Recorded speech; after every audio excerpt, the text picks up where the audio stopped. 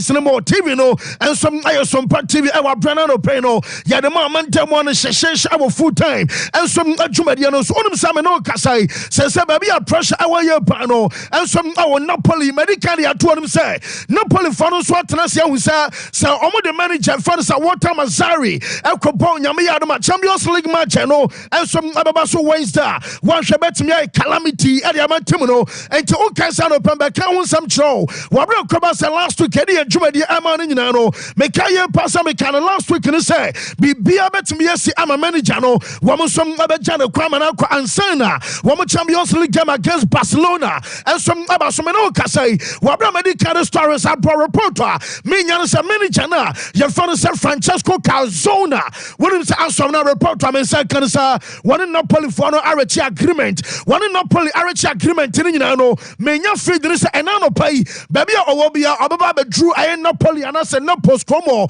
Natchez or San Francesco. I just I Calzano no and so Ababa Drew I am no post numpo one in Panfano some Abatanasa Sensai. One of the official Omunian announcement in my but you bet me I can answer from stories now Medicadama last week Cabanino and some Chessa Water Mazari and no and some now Obatana bench our bra woman some other Barcelona again Ababaso Wednesday Adebakua. I is shocking and say Metesia so what Mazari say will be Karen and will be some country say, oh, ya quack found so messy and some po, ya do Benton, Aban to Jumatiano, ever sees our Antabia, yes, will be Ancash and Chanamo, the Elku questioning an HSA, when I elimination by rough tactics, our Bramanoka say, Mary Janet Jumatiano, and some Banaria, ya de update, but Onums will be Ancash and Chanano, Wuka Italia, I shadow Sankana, a ball Italian time and a local timer,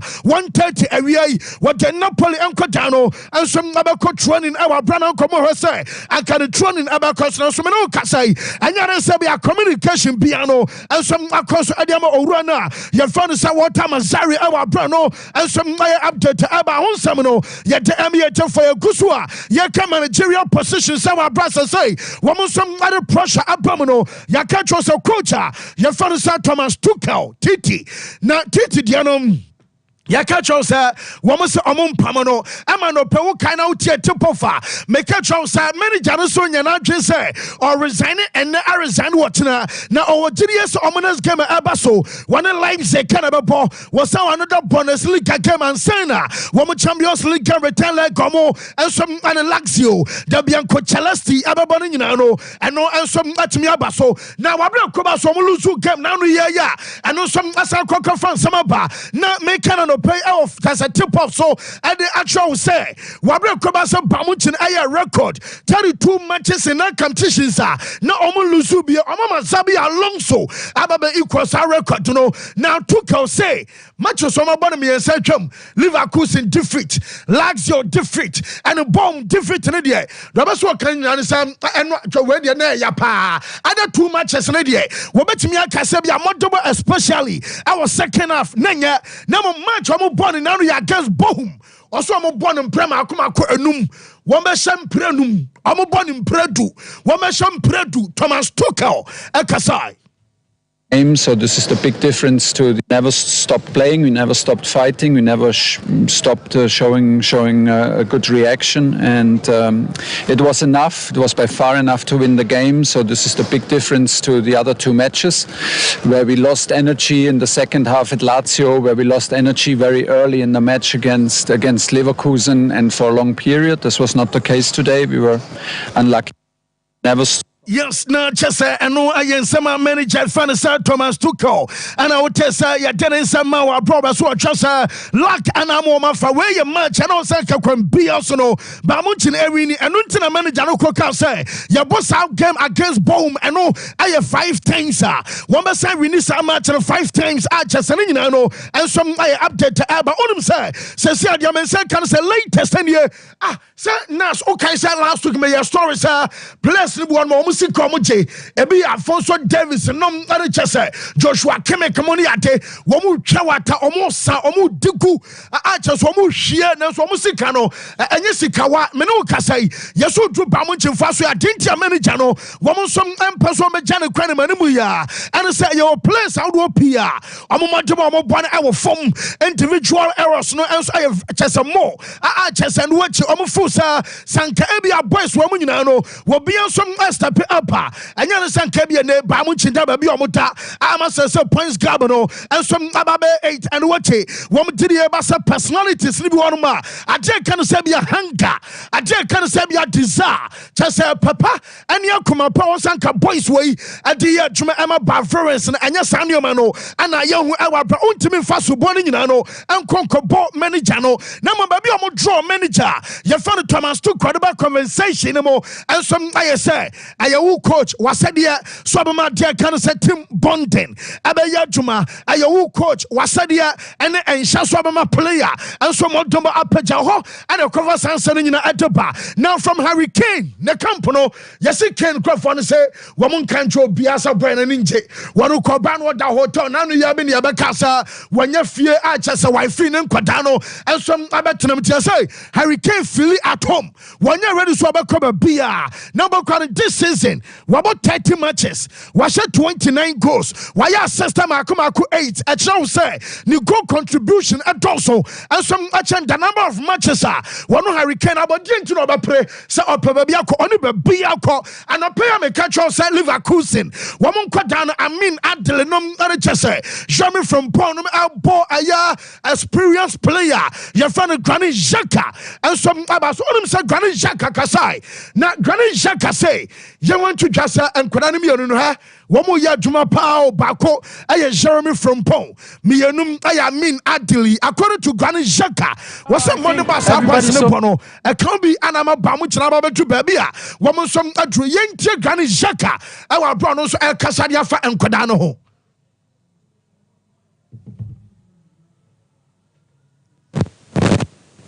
To be honest, I'm happy to be part of this team. I'm happy to be part of these guys, young guys who are very hungry as well to achieve something, who listen a lot, who want to do the next step in their football career. And yeah, it's a pleasure to have these boys close to me, close to us. And one more time, they showed a great game today with the goals they scored. And yeah, every game they help us, and we're happy to have them. To be honest, I'm happy to be part of this team. I'm our locker room and all your red fan side Granit Xhaka now test your 10 excepts Emma your fan pay our media your fan say full time your day ya hun sem nyina no and some bano pay make one kakra bi etro and your Barcelona one manager fan say Zafi na coach no coach we pa na Shadrack we before cross your Baba service the camera me Barca for post our ex anopaya na udia Barca Twitter handle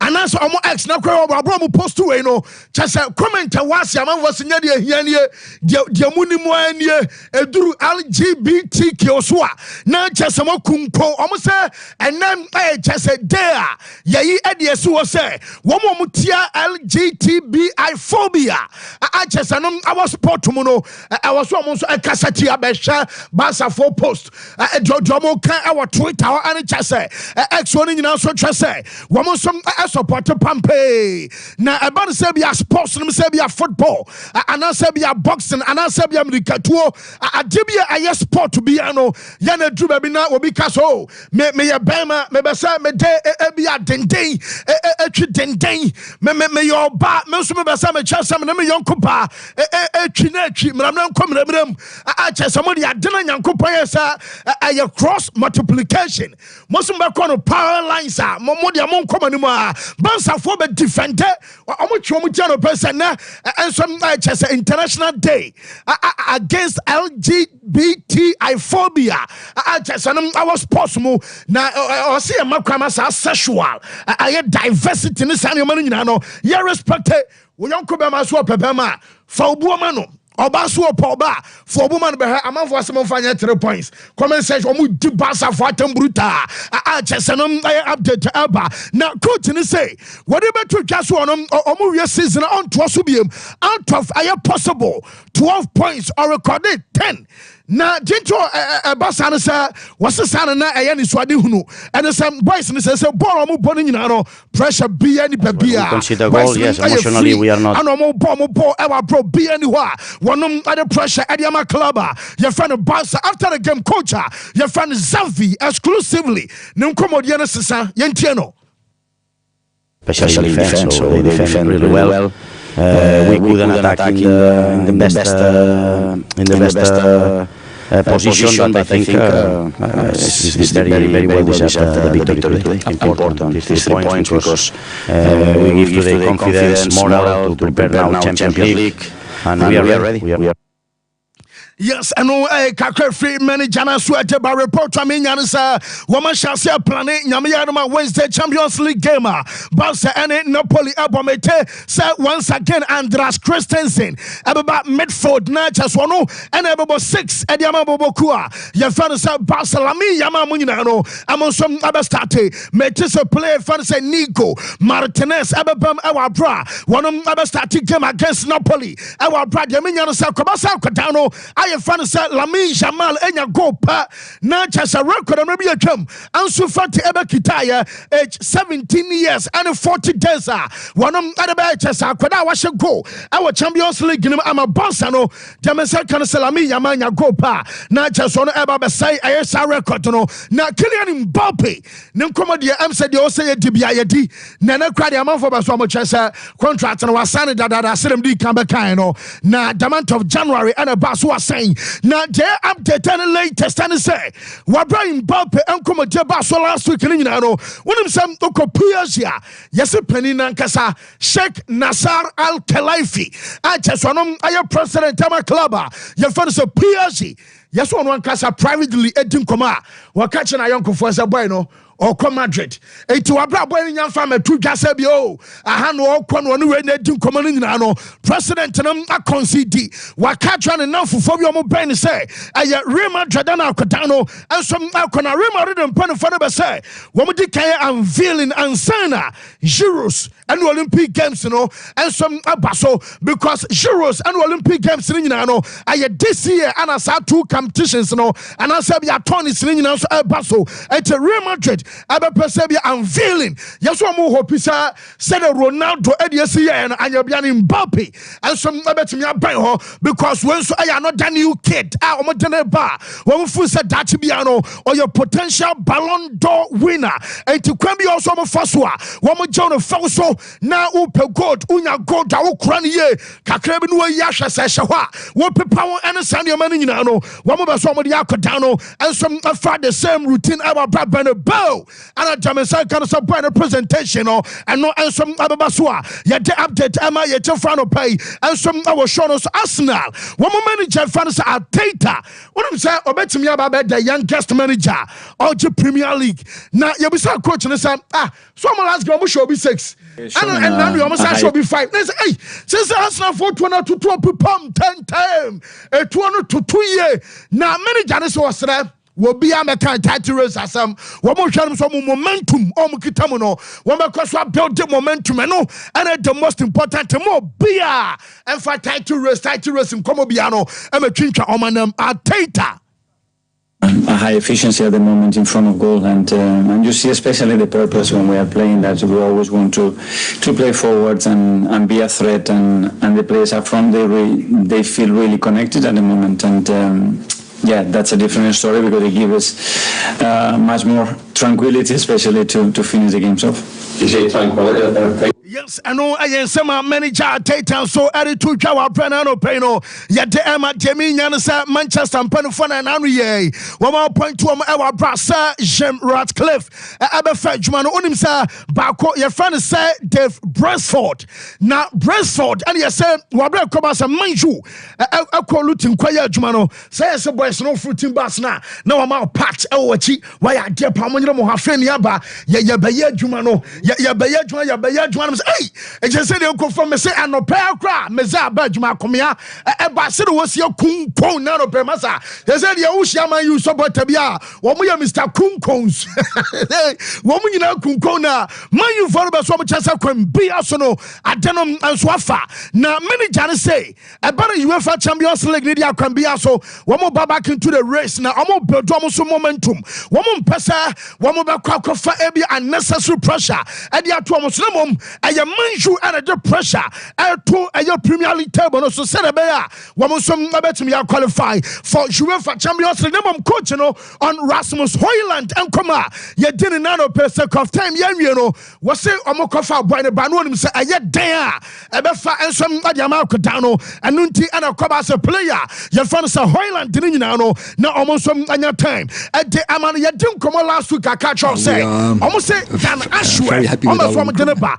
na asof anu anwuma na metesa say me catch us ono so akwakobo Newcastle ampan farm na ye say obeso oko ana anu anya dwom Newcastle ampan for the boss sanity dia ene onko aye gardening leave no chasa ya don't know ya juma ya suspend ujuma dia odi ko leave na mom ya betua wo ka on say ya timi suspend o e wa Brian tua wo ka ba we ne de ko odi kwatena fie for a period of time ya betua wo ka se de be ya adwuma ekoso unya influence aw ye adwuma diemo won fa abi a chese ayade se institution no wo mu secret enko abonten eni so be kodi a ni kwase ma ba adwuma ngaba ba wiawia ye info ensom ade akọ aye gardening leave ana me no kasa Newcastle umpo wo mo diama Dan Ashworth am no kasa no ensom aye update aba onum sa Diogo Jota nyame na fa fie Yamsan ko be prache pa nanso yesi nyame afafre no kwa no Diogo Jota no ayabosumi mienu 2 months anya de se boy no ebetimi abobo ediama club ye fan Liverpool na Jamie Carragher was guy bi wo Benfica guy be also guy bi wo Benfica fan Roger Schmidt na Benfica coach na won say guy bi Benfica na tie unim say Liverpool fans so catch us so unim say wo ma anya ne ntama Xabi Alonso ba mu nche betimi afa na Jamie Carragher was started campaign say I'm for cross Roger Schmidt no the ball I will born any jogging club there pe I no tete Gonzalo Ramos no ne aye Nunez mo no boys akanti say the coach ne ba was sending Nunez e ba be hia won betimi aye adwuma ne so o ya campaign e dey am Benfica manager we say coach wey wonya Alonso na nya we ya bra e say the jogging club no and that's why aye adwuma am Liverpool chesanom update aba yenim say Manchester derby baba so Jack Grealish ekoprai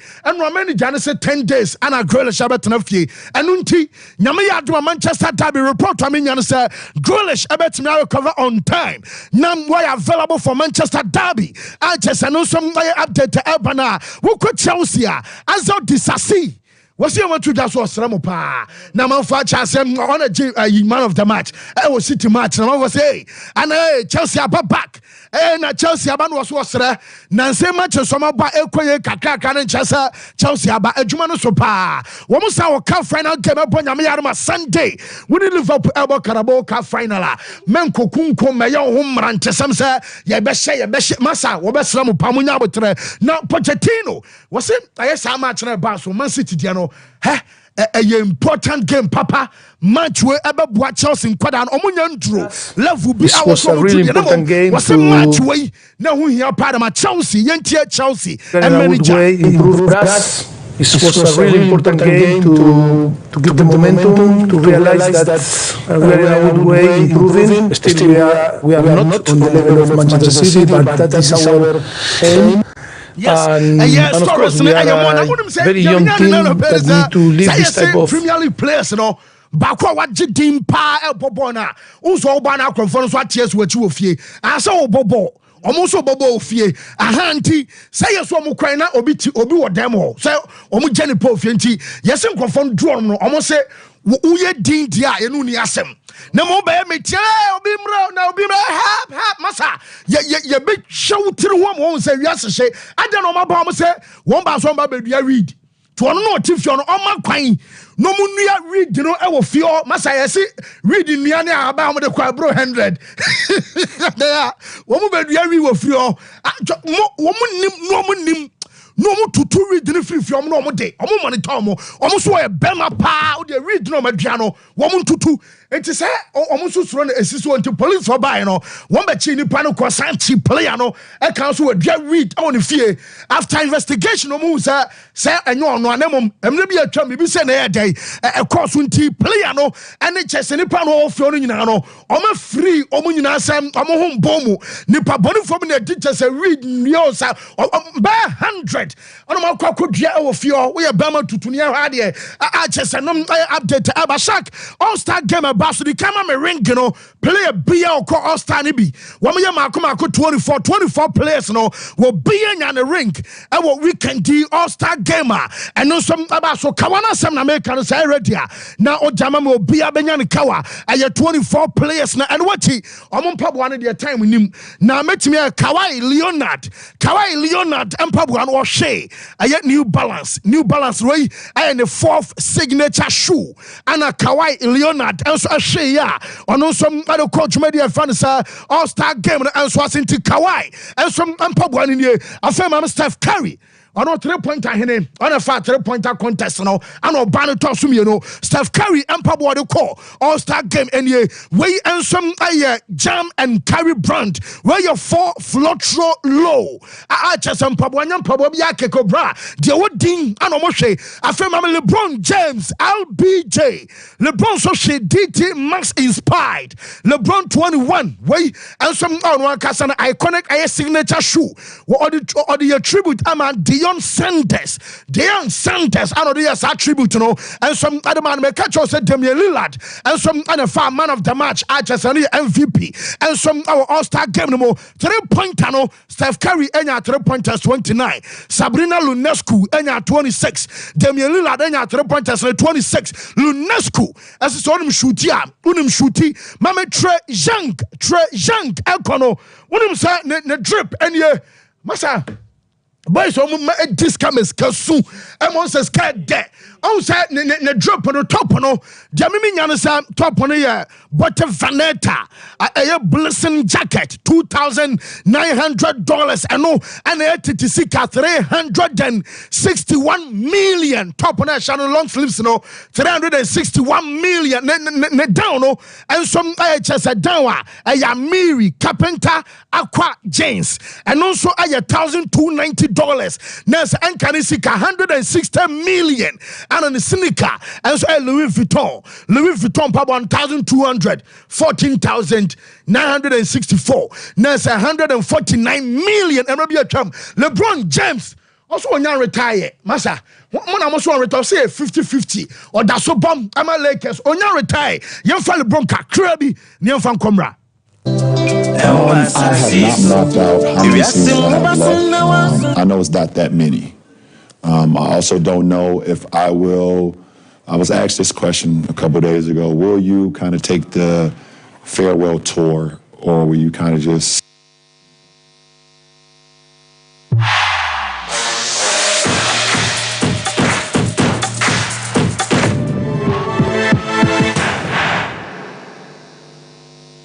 First clinic yes sciatica expert sciatica no o nerves na wo to ase na fa wo siremu na fa wo nansia besi ase ho no se ho techema eno ene ye fa ne sciatica na etimi bubu o to ase ka wo se dwe wo sirem wo je ho ba bia enye na eno na 21st clinic ba ye adwuma pa wo mu ye ntia baso bo ma gye no wo Ghana ha ene amono ne enya asem ketua Womuji international awards ahodo womuji local awards ahodo na anu nso na womu be the only sciatica research and treatment center in Africa bibrim hano ebi ni baby a gise 21st clinic nkoa womu de bibiduro ene besa o yare no masa de machine aka ho eya yare sabia yare bia wutimi de ko ne mama de ba ko a womu gidi womu pa no eye sciatica ena stroke nso de kwa diabetes ne hypertension ne ade Ghana ha baby a womu ho 0540 311 311 0540 311 311. There's a 21st clinic. Woman is sciatica expert. Here in Ghana, when it comes to chicken, the good old days are back. Why? Because Boris Beef's Chicken, BBC, is here. Yep, give your family and loved ones Boris Beef's Chicken. Fresh, tasty, delicious. Boris Beef's Chicken is produced right here in Ghana by our cherished poultry farmers with support from the Ministry of Agric. Get whole frozen chicken, gizzard, chicken feet, chicken neck, and chicken liver for those special family meals, buffets, picnics, funerals, and all restaurants. Get Boris Beef's Chicken. It's halal, so everybody can enjoy. Wherever you are, call Boris Beef's Farms hotline 05-444-444-53. Ask for our branch that is closest to you and come get your chicken. Boris Beef's Chicken, BBC, proudly a Fiakoko. From our clean water tanks, water which is rich with natural minerals sourced from over 100 meters underground is taken through purification, where our highly skilled personnel, equipped with the modern state-of-the-art laboratory, run all standard tests to ensure that purity is 100%. Because at Obibini Blackman Company Limited, quality is our hallmark. Bottling continues immediately in a clean and hygienic environment approved by the Ghana Food and Drugs Authority. Because water is life, but unclean water is definitely not life. After years of research into water purification systems, the result is water that can compete with any other on the international market. Stay healthy and hydrated with the new Zet Natural Mineral Water.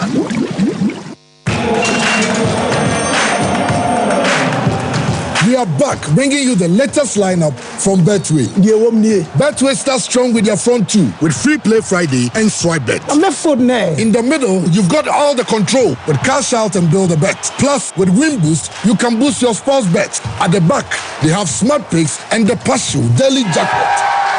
You always get way more with Betway.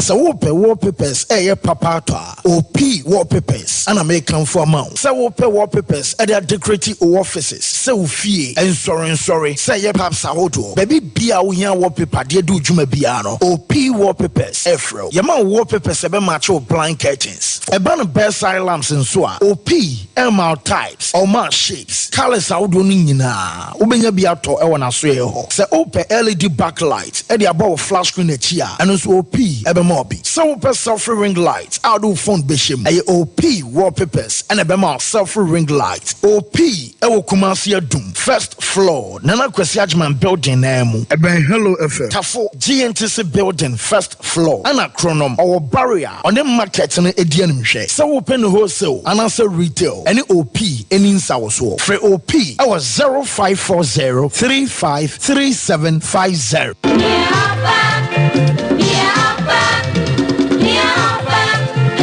I'm quiet at a ma. Naya Cassatra mem.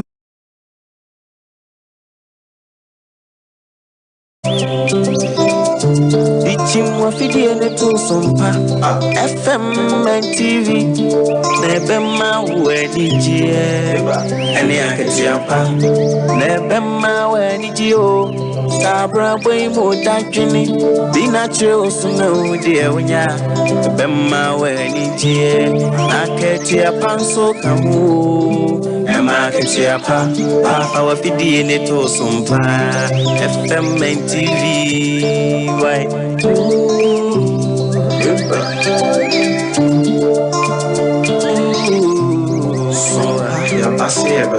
Yasin Sompa mani jeni akati apana unu wada Sompa de asiti neimu Emma akatiapa.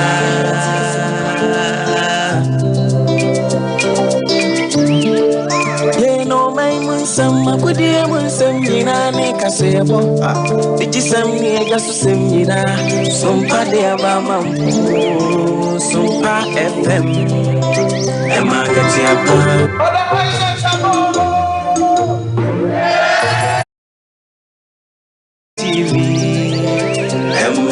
TV, some pa TV,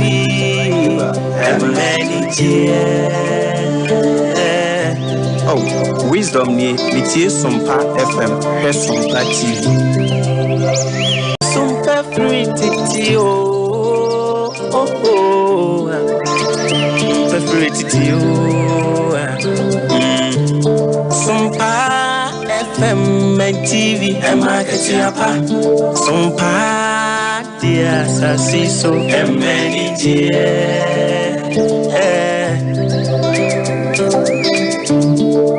yes, many a catchy, oh, someone, some yo. I don't never when I get your pa. Now, was I see so. If you are some Basum now, some yeah, dear, and you know, my say one some, be some yeah, Whoa, yamre na fe yemedim komona ayento aso real quick live on a full-time show. Na yema Ganaman capsules and some penifon so akwaba. Yes, Ganaman capsules so ya beman kwana ya Ghana ni dia. Also bomodian say onsu obenya bi enso abobo kama. Ganaman capsules ebema wa ya bema mu dear friend say energy enso ebeba fe ahoden ba mema yom ama moja chese moja no ebe di afrisane kama so ya bema koko edunya say honamani jam and I say when niso ana koko eha bomodian say Ganaman capsules no be pebi and so anom ebeboa pa na fe stroke no so be say ba and so bomodian so be pebi and so anom afe ye wo prostate joy capsules and so eye adwuma pa a chese no and so ebeboa na de tene say asa wo dwonso na wo te yaw and say bia prostate enlargement no so ba aye prostate joy capsules no and e bedi wakaginamu ama chese prostate insansam ni nyina no wo betu ase so kama ya wo sub 500 capsules na sub 500 capsules a immune booster a boost immune system ni wie na sa hoden ba a system ni mo a fight editia infections awodo a cancer na mabiem STI ne a chese UTIs ni nyina no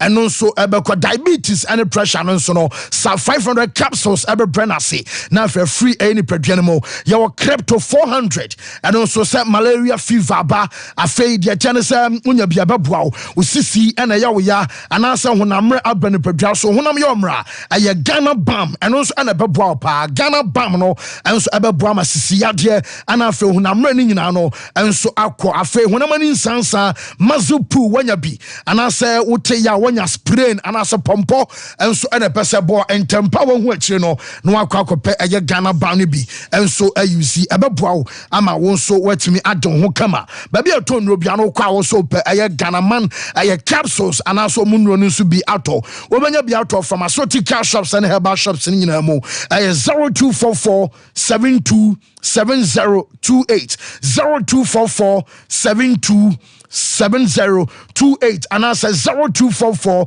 754380 0244 754380 na chese oni empenfo no enso enkasa Ghana gross say yen kan cho say adwuma wo krom na ye kan say na bia wonim enu nte ne ye kire okwan wo say onsom ofaso when ye Mastercard Foundation omo and Springboard Roadshow Foundation and afi Limehouse empenfo na kabom na domo ye ne say oya babawa and also oya bemua between the ages of 15 and 35 years na ope juma ya near can say be a juma opportunities our agriculture mu agribusiness about technical afei vocational skills and the can no woman identity and so ma ban say be a career guidance and ope we counseling a futu e juma di animo and simple skills training bia ope bia no we enso e juma di ani kwan so you hu frim foundation from penfono na omo many soon afei onim penfon so ni nkomana enchemu bi akabia no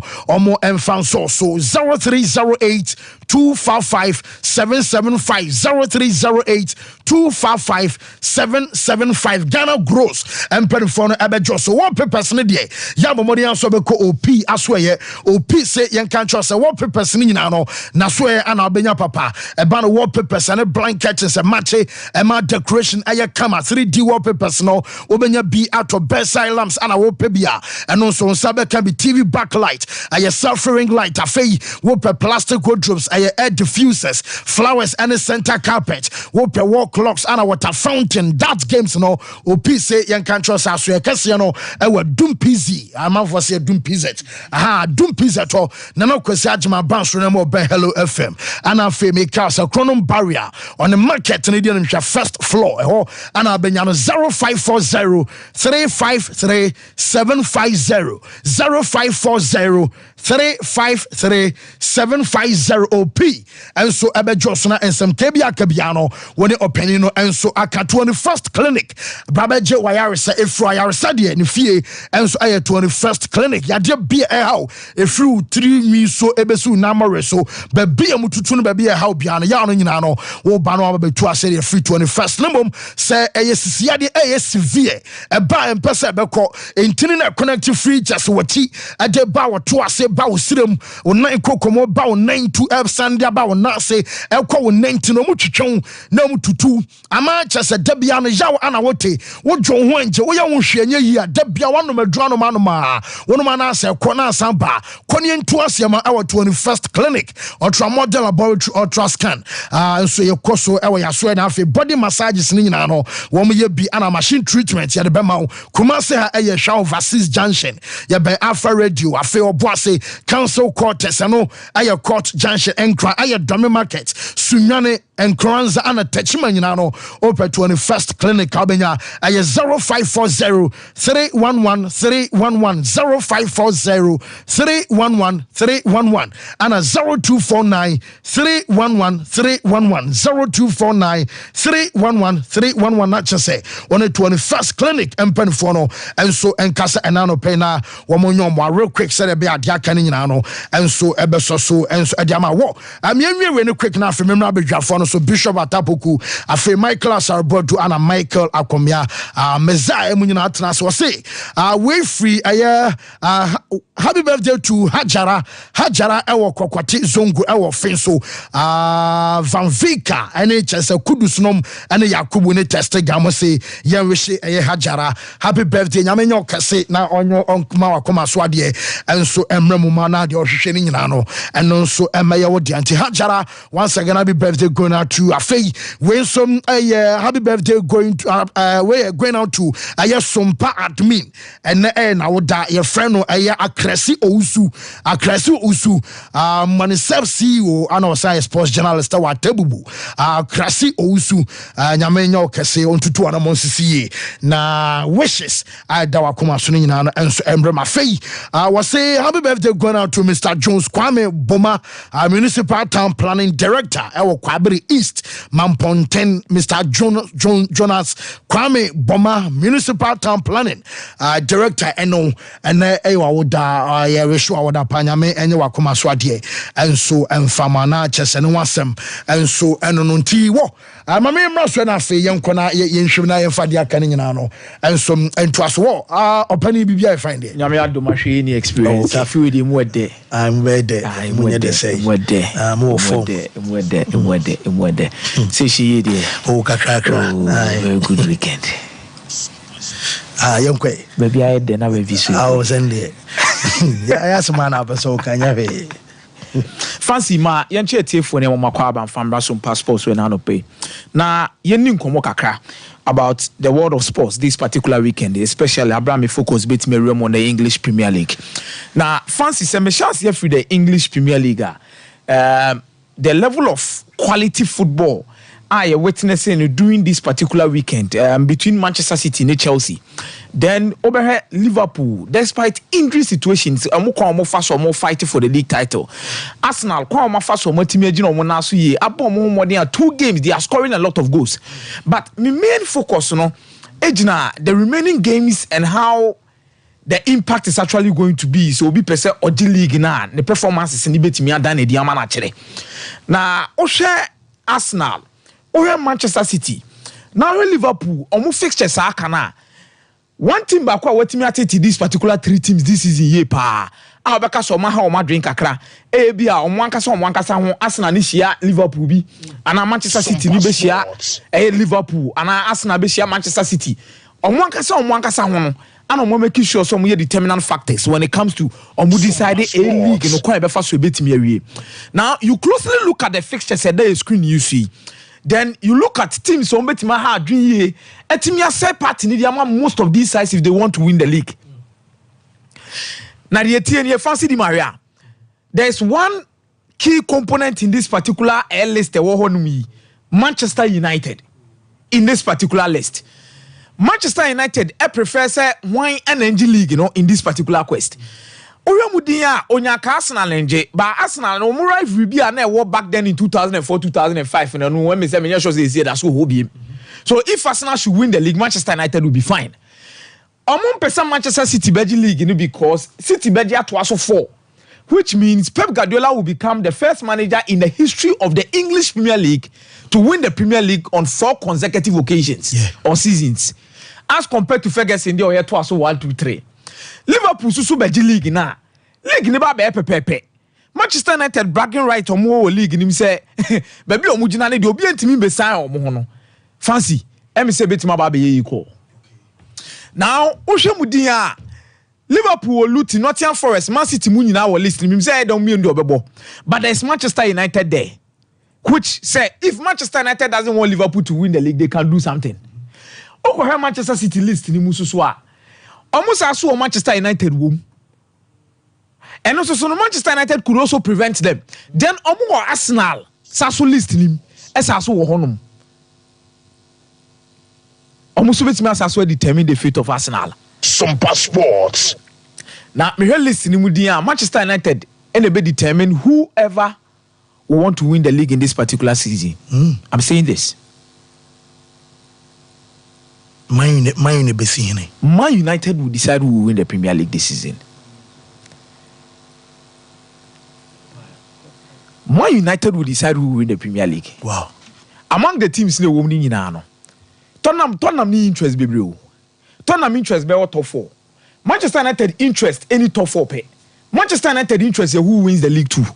Because the factors not to they are more interested in whoever wins the league. Okay. Because there is pride, there is integrity at stake for anyone to pick it up. But all listening this one, nipa ko easy run power listening by Liverpool.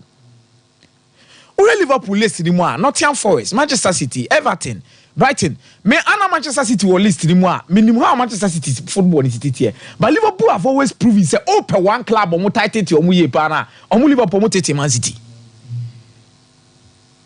But over behind Manchester United in Liverpool, Old Trafford. Okay. And Eric Ten Hag. You who said the City ako Old Trafford whenever Manchester United is here Liverpool.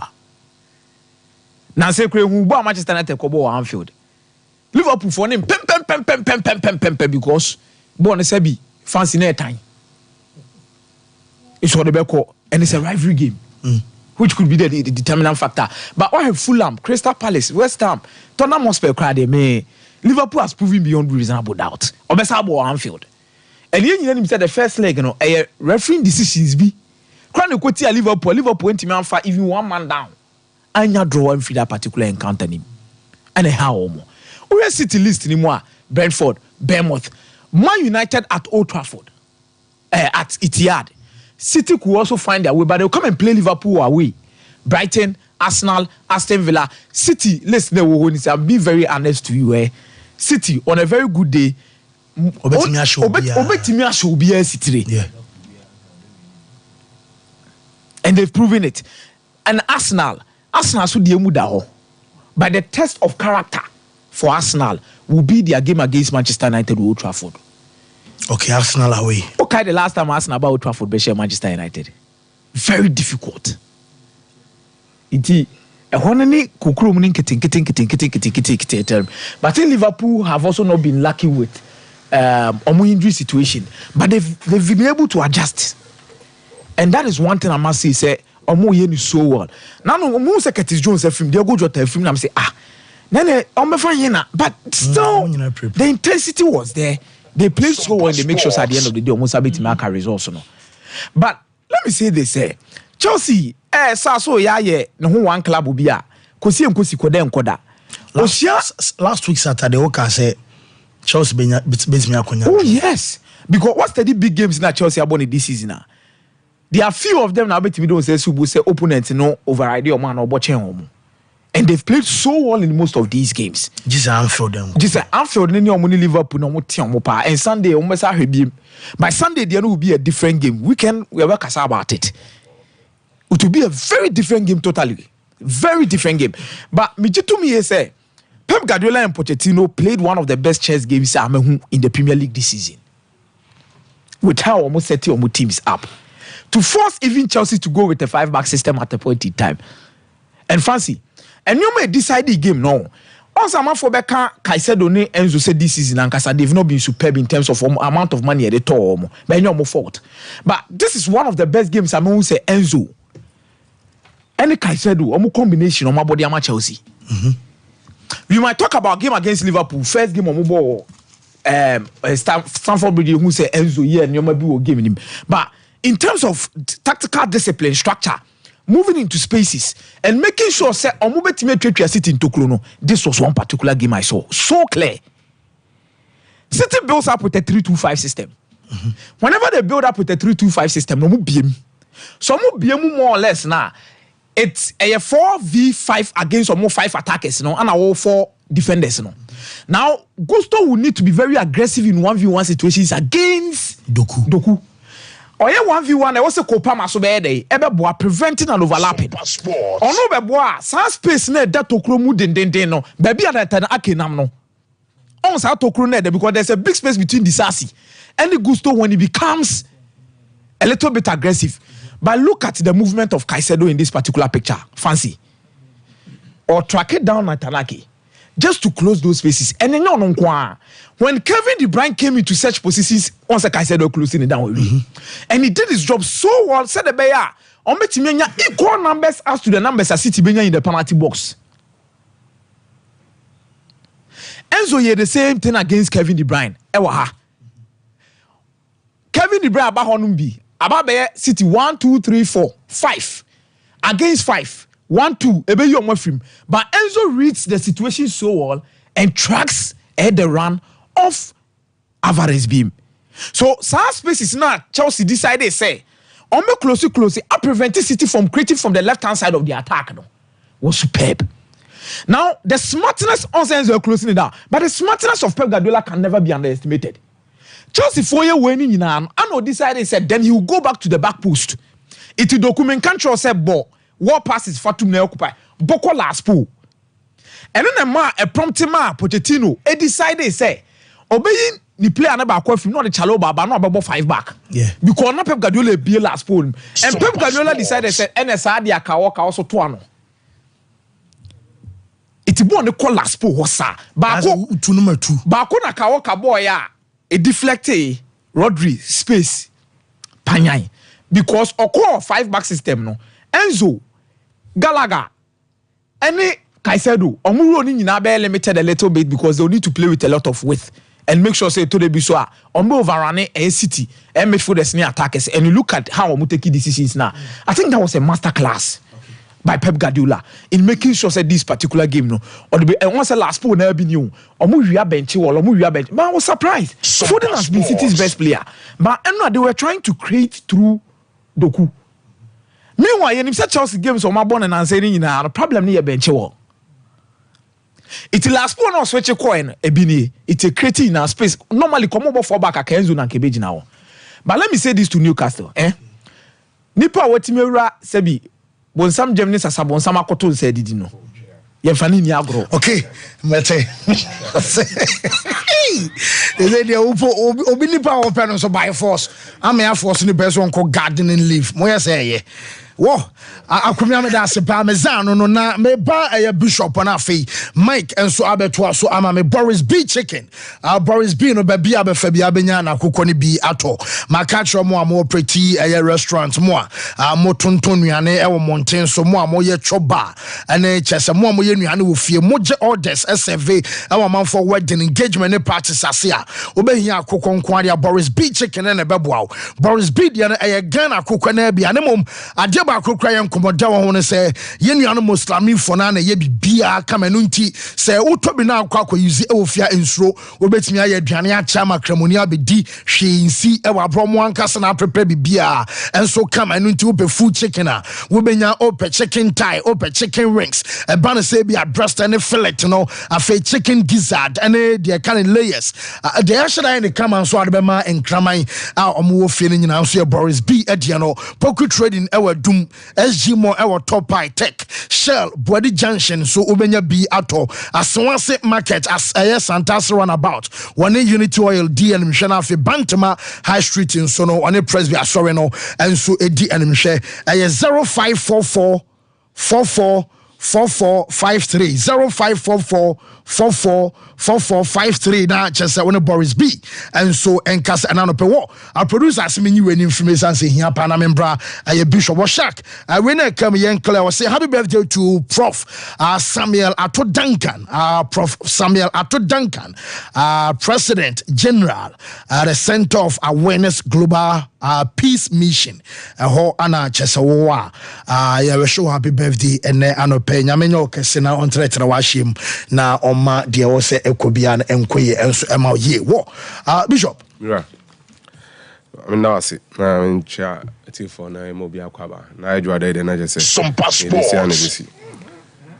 akomia hey krachi opajai hey of hade enye Derek Lambias mo na run Newcastle say yo so what I say yo em sabre na twem yo Derek Lambias mo time na no more running team na no mo pen no mo yen upobi sporting director Danashworth na akoka che Iyase Arumayan any Amanda Stavely so open so now no make kind how one somehow okay say he is in a limbo because almost some transfer plans ni na no e good Danashworth in sem ti say ono ho onim ne ekoso no press conference so sadan na me say no Danashworth ko ne Chelsea go for free Leipzig by ne friend say some passports Oman for now to gardening leave u China man the kwa and somehow wo nyina the amount for nim fa ho ono no nim and Newcastle are facing a dilemma with FFP into here then also onye 20 million almost on bediscan we are rate no patrol nyoma mienu e da said Danashworth bet na ho 2025 no akosha adwuma se amam 2026 or 2026 yeah and that's a fiscal it's so simple akomia say Danashworth now pa that's what you have to do and Newcastle are aware said Danashworth has already even started building a scouting team Paul Jewell Nebana or Brighton no? He actually wants him the same guy Chelsea also wants to massa so also nim say when you bresa open dia but modiana bopini ho nako when tua Danashworth obet na fie because Newcastle now see you as their direct competitors some passports Manchester United so more direct competitors for a top 4 slot. It is what it is. He is one of the best in the business, absolutely. He is well sought after, absolutely. And he also Kwakofana, Chelsea Kana Kofano. It's as simple as that. We didn't know see Chim no manebre. When your uncle, it's so simple. Chelsea are with Freund. You should have seen it. And if you say Newcastle to us where Manchester United in Domu okay. No, Sam not done it that. Oh, no, and yes, I'm overpay. The ordinary diano only name the ball. Na Danashworth no nya de anka mmeko no. Uni ababa ewoni mu ababo ewoni mu. Enti na also pe Danashworth. So pe Danashworth dia. Ene ne ho kani. Kona kotua. Na ka se Chelsea na sebi omutim na hwehwe omu. Ena omu kotua Andre Villas-Boas ni sika no. Sebi no omutim na hwehwe omu. Ena omu kotua Scammer Brighton. Eje omu coach Graham Potter no. No. Una uhia. Ena ade ne yomu dia. Nti so so pampa o se ne bu nie. The ordinary de no. Onu no nim ne bo. Ensesada. It will never change. You know, utua okọ. But the ultimate thing is that it's quite clear. Danashworth will come Manchester United. But the time NSC will be him. Until you're free, if Danashworth would go to Manchester United, Abedru, when will he go? It's a matter of when and not if. Because on one first stably, and they say Arumayan, and they are two in him say, open so Jejuman ho, no call. Manchester United is a dream job for everybody. Forget about baby Omo say no. It's a dream job for Ashworth, and he would want to take it. Over some yet Granit Xhaka Nkomwa OD after Heidenheim 2-1 win. No, Bruni say it wasn't a very nice game, but it was a professional job by Bayern Leverkusen. Not knowing, say, Bayern Munich against Bochum. But it gives you a fair idea why they are all playing the way they are playing. To be honest, it's coaching. I'm happy to be part of this team. I'm happy to be part of these guys, young guys who are very hungry as well to achieve something, who listen a lot, who want to do the next step in their football career. And yeah, it's a pleasure to have these boys close to me, close to us. And one more time, they showed a great game today with a goal they scored. And yeah, every game they help us, and we're happy to have them. I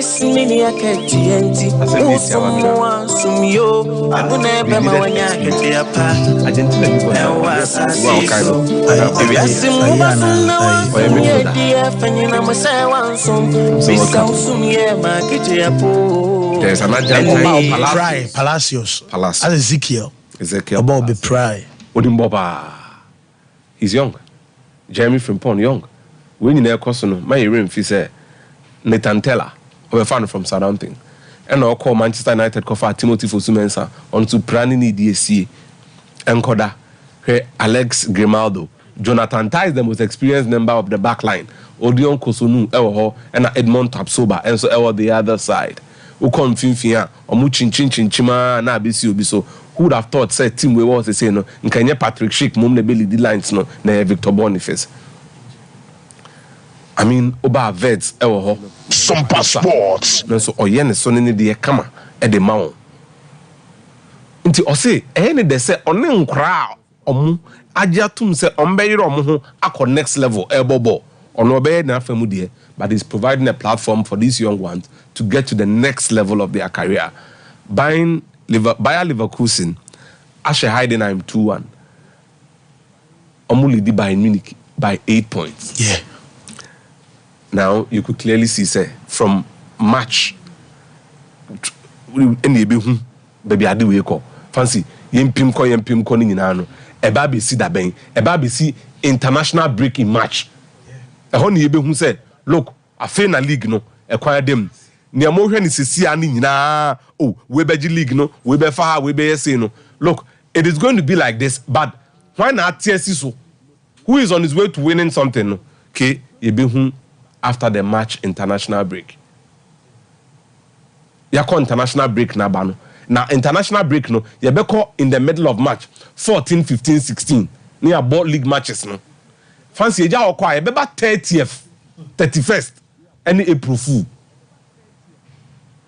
That's when we are going to see we or ye know. Okay. They have a commanding lead. Sompa Sports. Not until April. Look, a bad thing so Betimaka say, no money in ISA. If they still have an 8-point lead by April, you know they are on their way. Leverkusen might turn this year. And can they? They can. But then again, Obienu Awabo season, flawless that. Oh, okay. Kakra. How would they react? Obienu Awabo flawless season. Asna even no more year no more ball unbeaten, invincible. There was a stretch, no more draws. They were dropping points. So you've got to ask yourself, say, Sabre Nudrua, by Leverkusen, no Mabako Semuno. At the papa on my Omoji Europa League 87-88 season. And then Omoji DFB Pokal 92. And Ombeji DFB Super Cup no 93. Oh, yeah, best. So look, Leverkusen is for a reason. Some person in 2002, ye drew April, no mbeti treble, Champions League, Bundesliga, and then the DFB Pokal. They couldn't. Omunya 0/3.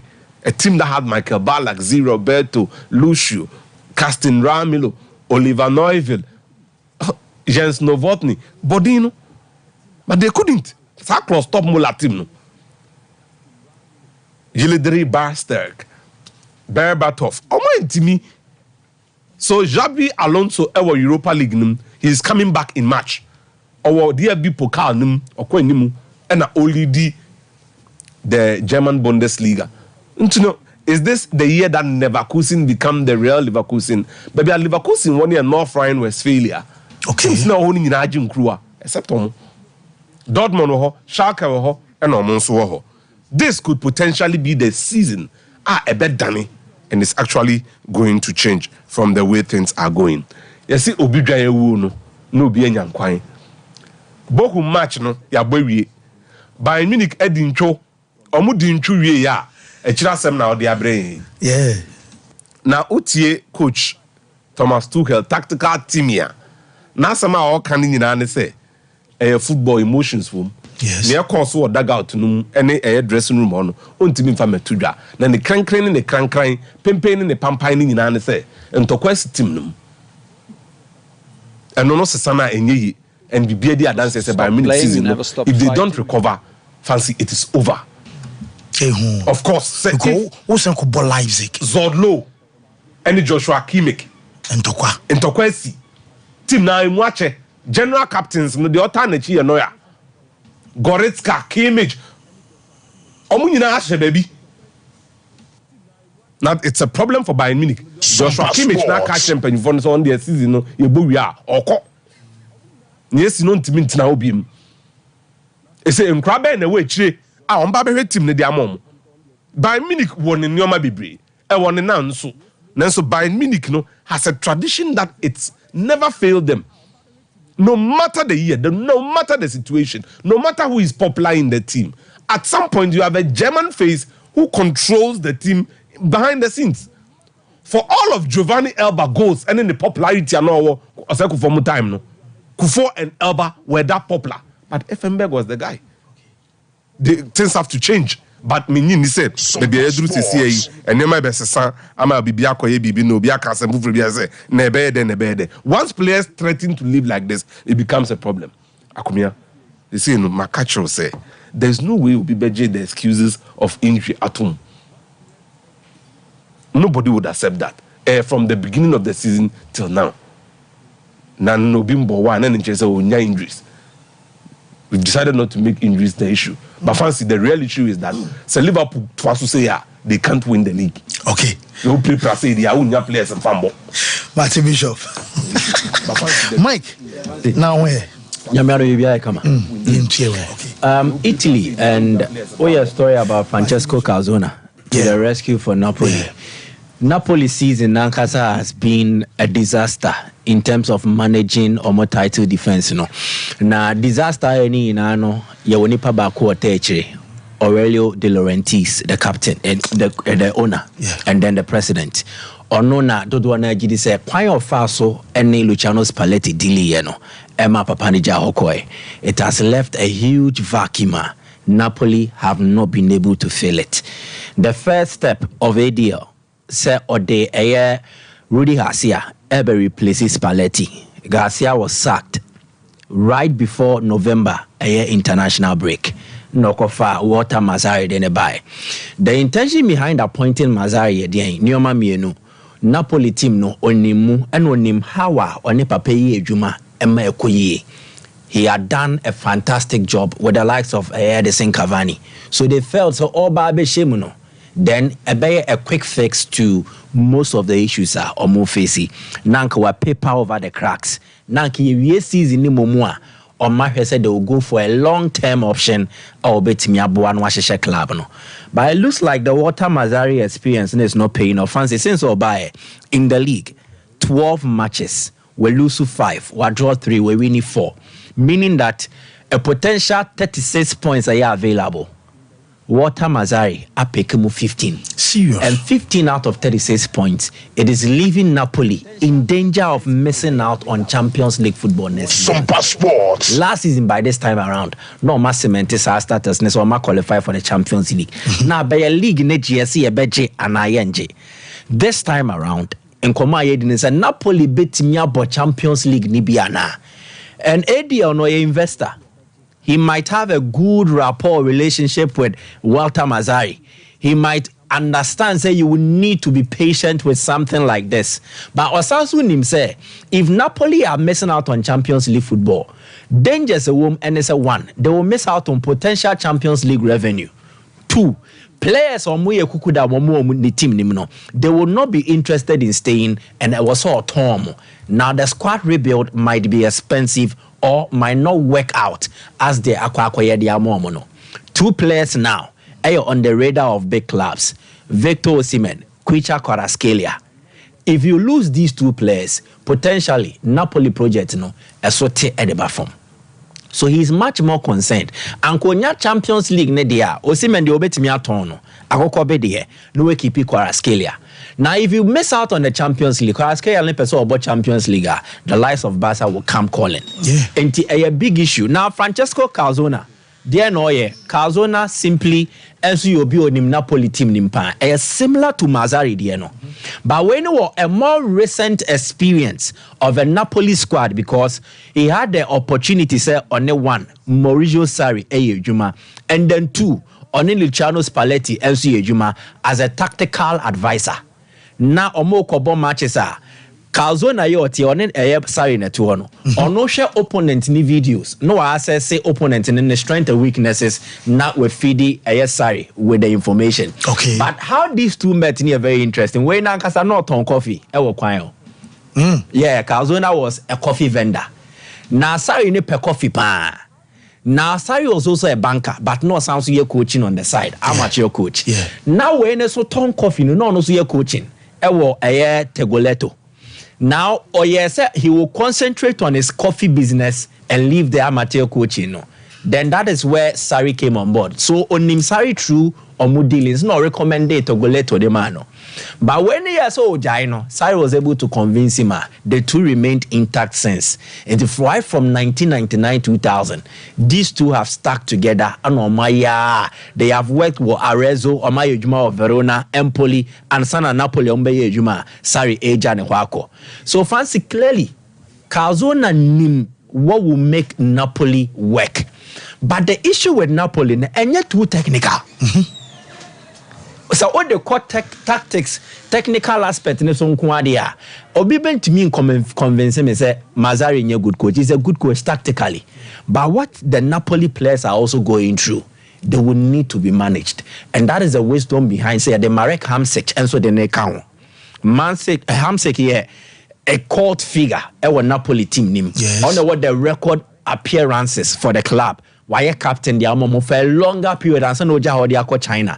Until recently Adris Mertens break here on an all-time top scorer for the club. So Hamsik and the Calzona, Eddie Juma, Edema Slovakia national team. Sompa Sports. Napoli Hiamwa. Hamsik will return to his former club and help them as a team manager. Calzona will also come and help them from the technical perspective. And there's a double super. Eddie officer so yeah, a bit me abwa. Na a rescue Napoli season no. Exactly. Yeah. Now, why they want to do it before the Barca game? Because Omujidi say if they get a good result against Barca, about the needed impetus a bit piano. Ma omodi atwa league nesu a omabo for the top 4 because Bologna assign omo Roma Andre Chi omo Saki Moreno omodi De Rossi abebody abesign omo so Napoli are in grave danger of missing out on the Champions League. And ADL say, okay, Hamsik will come, work as a team manager and work on the player's psyche or motivate them. Then that Calzona will do his job and try to galvanize team no more. But we are heading for a summer. Ansha, coach is be movie pa. Managers.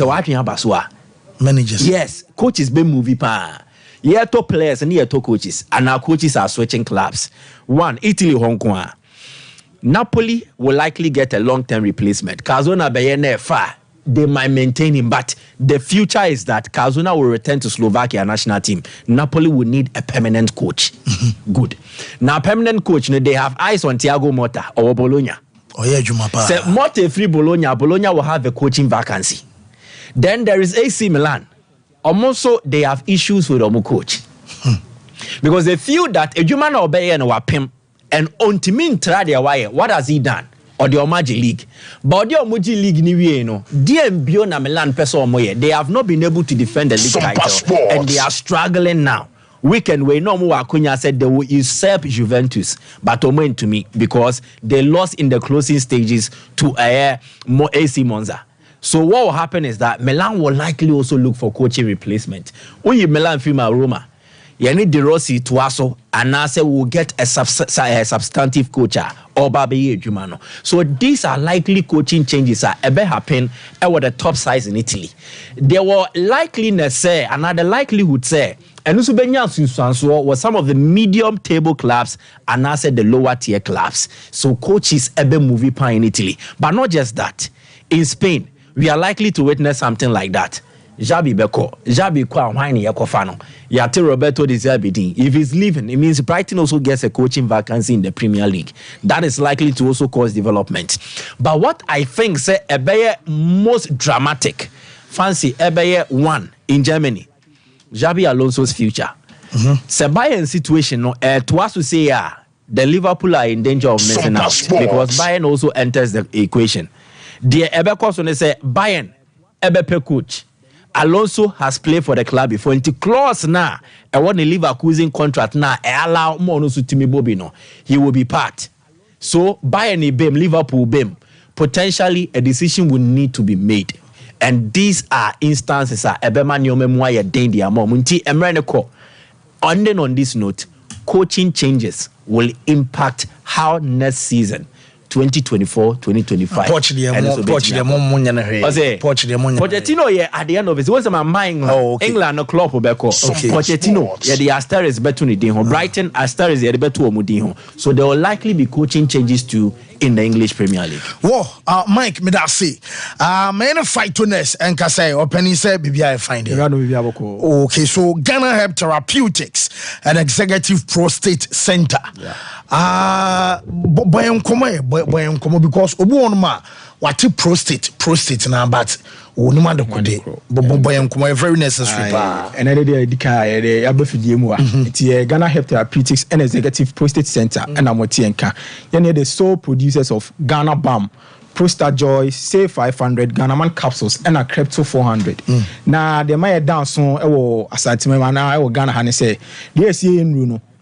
A dance on if we are that traditional medicines in because Obuawa on our crash helps now and I say backs of the plant in a no capsulity and I say one no soon ever bano, no the good bottles, no idea what on so I be withdraw there be yes and Ghana Help Therapeutics say no you're not bear for counsel you're the science attach you because you say Bibiana no and I body no science any other yada body no and our body ni science and shishemu and mpensemu nti o say the science na dey etaye nro na chi nti wo ba ya share na say ye nro na wo be hu do esi ye nro no kra na eno kra de ahotoso ana ahoto dey ebre okopem say obenya aduro no kra dey anom no na ahoto na dey abadada because ye che nnua no ana say nubuna no ye chi mu ahoden no the active constituency na nubuna nim na ana say hahanem na ye dey ye chi mu ahoden na ye dey ye nru no na famfidiem say de obroni di nru e famfidiem e hwehwe ne toxicity ni nyina no saa pepepe na Ghana Help Therapeutics ye nru enti na eduro na ba abonten a e danso emede e free e do bebre ho na se wo hwe packages no so a we beka say dua mo science tam no na chi ene mo package ne de no boy de eden da bi emro no nyina ne border form wo betimi ade atobi ya hwe wo ya say esikafo ni hia ni ya hwehwem ene ya nka say de bo no de pejabo nim da bi e bo ne da form obia betimi ade atobi no komodie na ye de befa no ye de befa Ghana Man capsules and a Say 500. Okay, so Ghana Man capsules and a Say 500 because you won hwehwemu say and then Ghana ha no mema ni nyina bebre na wo empamu ahomre because obi e pese sebe ne bema ne de kese de ma no oni obedi nhwemu a wo ye de wo gina so ye de eche but ni nyina de na de ba eya hoso bi a we ni pedum e friend testosterone so testosterone no during our adolescent ages and now say we youthful ages na na your old youth friends na your old friends no tama na school mo so bi widia say the be and be man say be be so kodua no it's 20 man only tua wa no ko mesrew san 20 ni agin na ogun se hwa no pobaka ke ogopo ba ne na koda ma unu so yo ho adru enti first no me de o ye we sa nua no say the be ya be man be de mu be du amaye ana say ya ho de ne ai betimi agina so wo mpoma de ache amaye yehu saa de no ye nuanom omo we ye na ye de yan wibi no ye nuanom we ye na ebo a omo di ho adanse eno na Ghana Help Therapeutics for ye hwehwemu ene de nub na mako enan eye Ghana Man capsules ye Leucanodiscus cupanoides ye Coparis erythrocarpus ene Delium guenese ene ye Mundia hwiti emu ahoɔden no na yɛ de yɛ kyen yɛ nsa nnua fo bi ɛna yɛ kyi mu ahoɔden na yɛ de yɛ Ghanaman capsules sɛ wɔnom Ghanaman capsules a ɛboa one I improve testosterone level at the amount that testosterone na yɛ kan one semi ɛna ɛboa ma muscles bɛma muscles yɛ de and our chest na yɛ de ɛyɛ kɛse wopɛ sɛ develop deep voice a ne nyinaa yɛ saa testosterone na yɛ de yɛ ka sɛ wopɛ sɛ wonya abɔdwesɛnyi pubic areas no fu nya during adolescent ages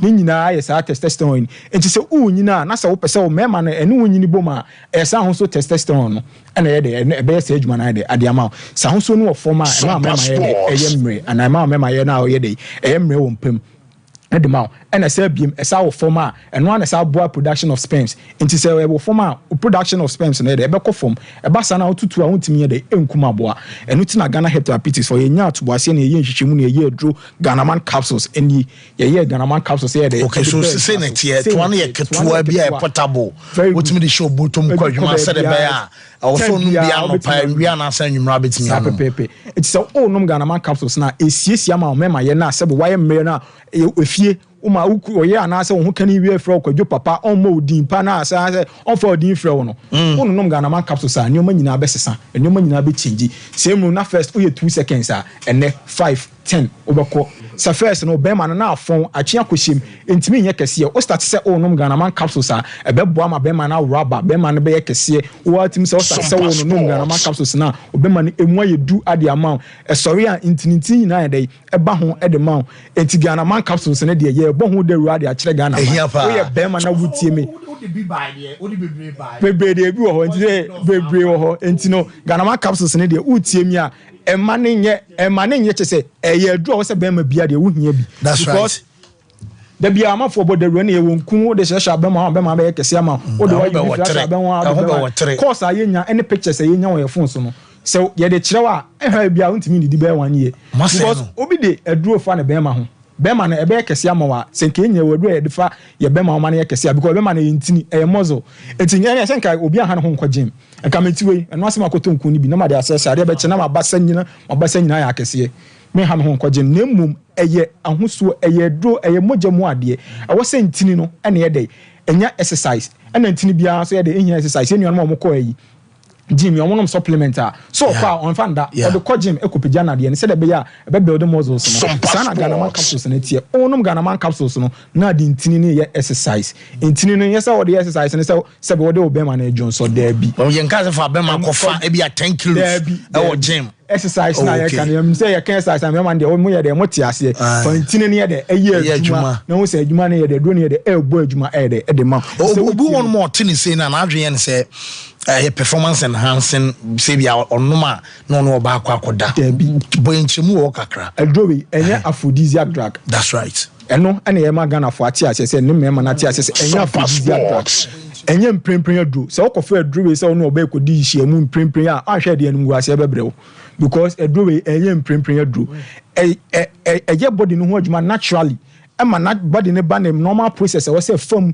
ema o be ma ne de edimu de ma se de be ya be de obeche wo mpam e obi dopamine ne serotonin sab hormones we nyina de drug Ghanaman capsules e balance sa hormones we nyina se de be ya woni gie wo mpam no be de e be wie peye ade ama it say utie mi Ghanaman capsules no enye adro bi sa keke secondly e sa boa with good blood circulation it say utie mi stroke and our new DSC, heart attack, and aphrodisiac asema ye kan wasemi. Amafo bebre fa, and amafo bebre and our results in this we neighbor na aphrodisiac drugs no. Because onoma chimo Jeffrey akomani, chimo Jeffrey magini because eno ekoye adwuma ewo obema nim ekoho direct and abema na emoja na ho say de ekoho. Enti ba bia moja obia no edro ni chimo je no free ho.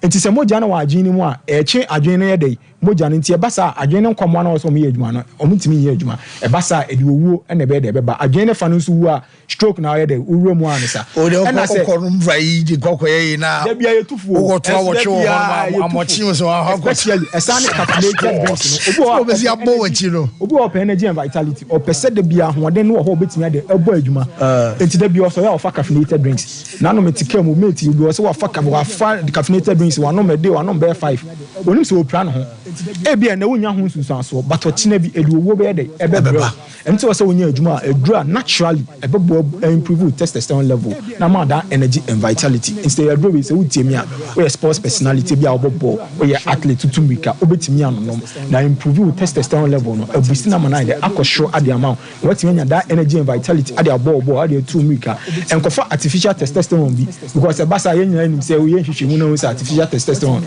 e wo moje mu a yetimi ba no feel me numbers ni bi kra ne ba bi obi benya bi atansa numbers na ya me de betu jam the number ba ko betu jam obetimi afre 0244 72 70 28 0244 72 70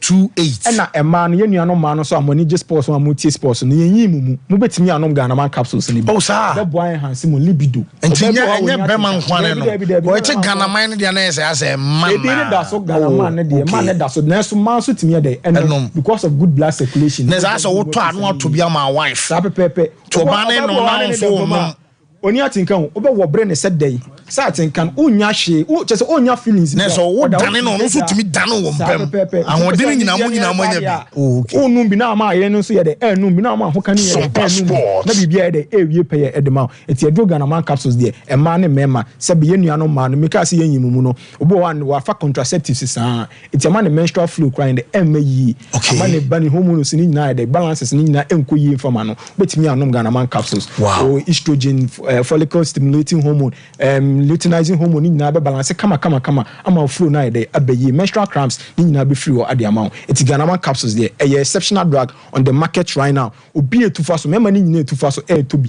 because ACC omuni pedua no I improve on sex drive as am on erectile dysfunctions na wo no ni nyina to atwa ade amount it's Ghana man capsules there ehia se bema bia onya bi na otimi bo homoden e wo mpam edema na se opese obema so mu ye duduma wa Ghana man capsules na last the do no say 500 you mean share down count enko deep say 500 yes immune booster drug ya na obi anu the immune system na e dema it with me no Ghana man san no say 500 no the same 500 no immune booster okay abo with infections adenwa waso ana ade shunko e wo say 500 down with other immune boosters and immune booster drugs on the market and say get there no abo infections e the free the mouth it say chlamydia white gonorrhea syphilis herpes genital wax ni nyina eyi sa infections we nyina free the mouth because of inubna de ye no cryptolepis sanguinolenta morinda lucida momodica charantia ni nyina phalanthus nuwiwi ni nyina antimicrobial agents etini say bia fungal infections say parasitic infections say bacterial infections these infections we na free or the mouth because a boost immune system no adrona anka say immune system na immune system na dey ahode aba abon ho ban free pathogens ne microbes no na adrona anka say work on infections na wo nipa dia nim no to bo akọ infections akọ wa to adro bi o wiase nyina bi and so infections need to mean clear. Well, last stop number 1 say 500 nyabi the big infections need no free amount numbers are the year jumano me say the last one but to janama chia kwan be a pedro ni bia benya bia to kumasi yanko ade a betimi akọ PFA pharmacy or Tafuni road ubunya no do to awo and mo Ashtown chrome no so betimi akọ Freddy Men's Herbal Danny Herbal Misty Herbal Happy Dance ko benya no ni bia dai ato numbers are the year jumano betimi afraid mayenchiemu ya beje so fe so yes ya chia kwan abeso fa nuru no and na adu a wo say ofa na boy you how na free at the amount numbers no 0244 72 70 0240 211 709 0240 211 709 okay. Whoa, yes, I say Ghana Help Therapeutics and Executive Prostate Center and so and no Ghana man no monko pebi and so and wo ye ko break aba quick yenche ye beba sisiana ya beto aso.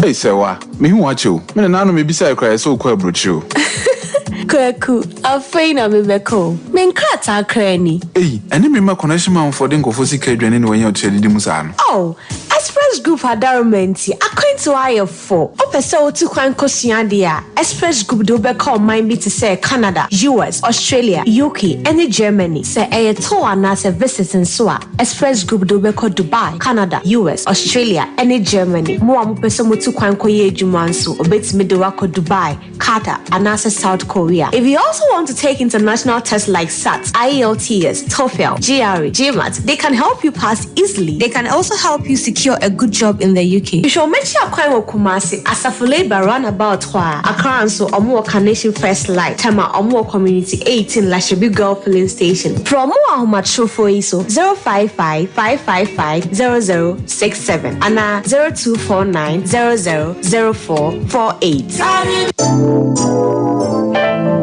Mamisha, time HH Heba Mr. Bina Unumi, and ya what dropa, a ya draw. Ejadro say mani peduan kwamwa enya hoden na akwatia yare entwen yare ansan wakwakoto fire wadro na nom no abribia Kanoga Company Limited what the time TIME ebedwaso no wono a na the time HH Heba Mr. edia bedwaso akra wonyanya mfisia dumienu enum bi wo pemfo ene oba wo makra nufo enso enum bi time HH Heba Mr. who benya bi over the counter medicine sellers any shop dodo na mu so pedodo to afre 0244 417669 0244 417669 time HH Heba Mr. Ejadro say FDA adje ejwadie nkratoe atum the ones that now from toothbrush no why and toothbrush no ninya Ashford na ninya Ashford there na so evident no way who that the evidence ben ninya Ashford toothbrush oh sweetheart Ashford toothbrushes no you want different types she abena dey amoku hu Ashford Princess and obra kujudie no so Ashford Galaxy wo dey na ira no so Ashford Evident media so Ashford Executive and now media no so Ashford Friendly without Ashford toothbrush my dear Ashford toothbrushes are who do dear papa moto ne to me bro dodomi ye dani bia akwahyehe ho Ashford Prince Ashford Princess Ashford Friendly Ashford Evident Ashford Executive ne Ashford Galaxy toothbrushes Fibo Ventures na kofa bedaso etu phone 0241 545 646 and 0200 600 934 Ashford toothbrushes they will soon need. If I shall bring a shot your bag. Brad, and not so good. What time about Michelle see about Queen Wayne say? Bra, said your time about Mister Esia Jimmy me fearful, and Yadia Baku ever so. Really, no, this offending now. Bra, so me cousin me the time about Mister Huadancia, Ria Sinina Ebertiminka, 87 malaria, where drawn the time about Mister. I never go, dear, and what I want to me any deal. What drawn the time about Mister? A drink, and your ma or bar waffle through, dear one mark for down for any aquada when you fear do me, and son of the time about Mister Drabino. Shasa Wako Hospital and Nasa Lab. I'm walking say, oh, a 3D malaria be answer. I also time me a TIME. Time about Mister. I feel malaria fever be than is Ziva, a woman. Ubenya be at all, over the counter medicine sellers. Any herbal shop to draw namu. FDA Aji a judging cratoi at all. We are back, bringing you the latest lineup from Betway. Betway starts strong with their front two, with free play Friday and swipe bet. In the middle, you've got all the control with cash out and build a bet. Plus, with Win Boost, you can boost your sports bet. At the back, they have smart picks and the partial daily jackpot. You always get way more with Betway. Enipa ba ko pe ene pamade hye wo a obi ahia wo a wosan hwe obi mu onnoa ne bafo polo no wasua nkasa ene odi nimdie no nso yi adwuma eni so odwudwu style eto ho a eda ho a na ehome bafo polo no odi Africa print textiles ene pam na die bia into pam Africa print polo shirts round neck shirts golf shirts v-neck shirts ene p opama tufo betu kogu on stores ene boutiques enti sa wo so nya adwuma betu bi cotton na onti so ma church churches, fan clubs, schools, unions, any Ethiopia. Muhia Dodrono, Edema members, no, any students, no, Mumra, Monso, Mope Friday wear, Edema workers, Bafu Polo, Chemo, our gold package, and on Tadeno Esemo Drium, silver package, Esemo Dunum, and a bronze, and Semu Du, or yet delivery. Echo Mama Fanabe, Pia, Bafu Polo and Tadeno, so yes, Echo Pia, now a Pamama, any member, Bafu Polo, and Kumasa in Marco Cobain, Santasin of Wasakanaso, telephone 0249 600 789 and 0599 899 919 and on Instagram, Facebook, Twitter, TikTok, answer you at Bafu Polo. Me say, so we say Bafu Polo dia. Oh, and you now in session.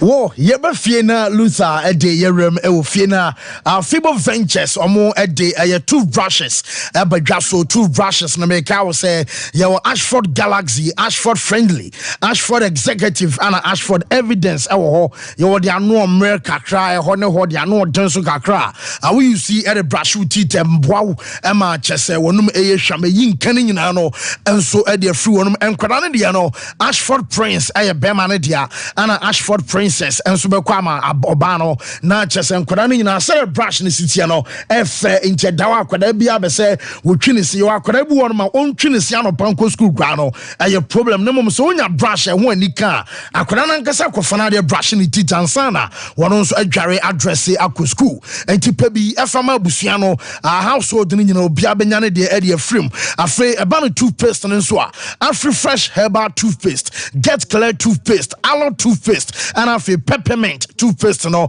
and so jumapa and one sham one ete eji and canning the fluor now for Janel D show dodom no CT and HS was sinning taming no a back cleaning in our ama just one sham a basana see you conny pram will be a dinkoma also Trawa Jaman for Sra 3 years and say Wakuku drone was ropaning in ano a Fibo Ventures and so Adaroma over to me to be Alcoton Aman Fasona Odia open a back and 7 Swakufia. 0241 545 646 0241 545 646 and I say 0200 600 934 0200 600 934 now on the Fibo and some Enkasana Bafu Polo brand new week ya ties me ya wada bia na ye hwe Bafu Polo and so print ni bi Makatro says schools na mo pe Wednesday way and I say Friday way and it just a company sa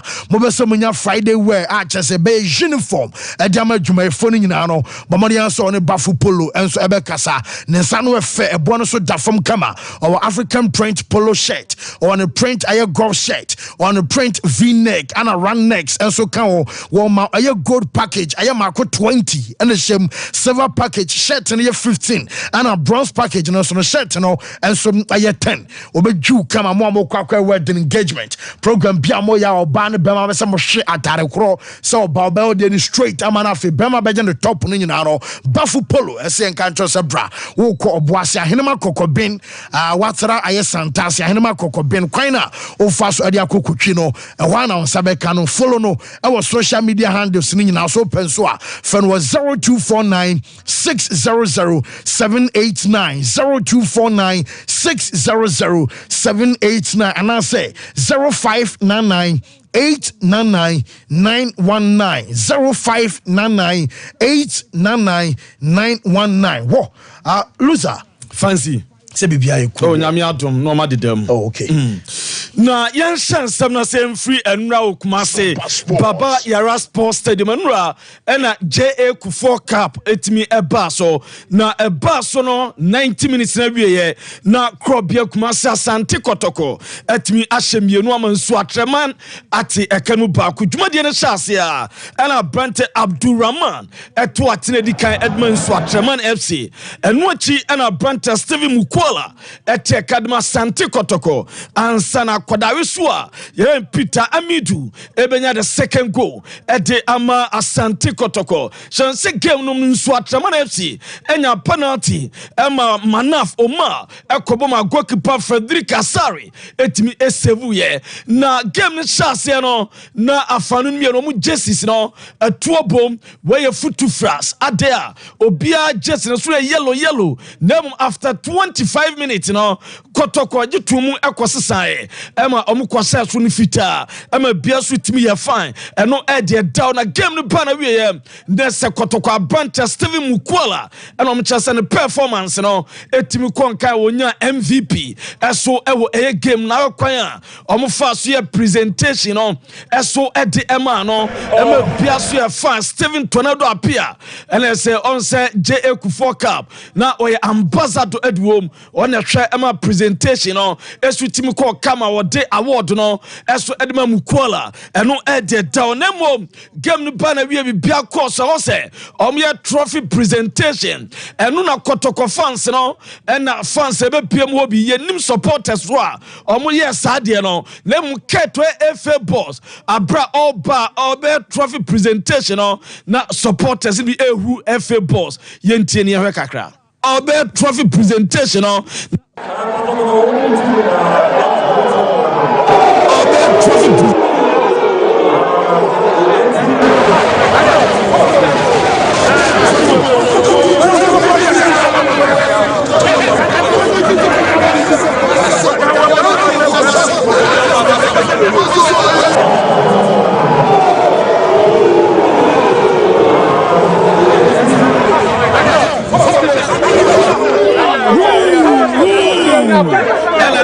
Ghana Football Association president and say supporters no ebi sa no man editia no na players ni yomu pie no na Kotoko edankrofa kuma so mami panyini pa na oso Steven Mukwala nsa na o bompa e ma no na o shan wo dana se ese gusua na yese ya efamaye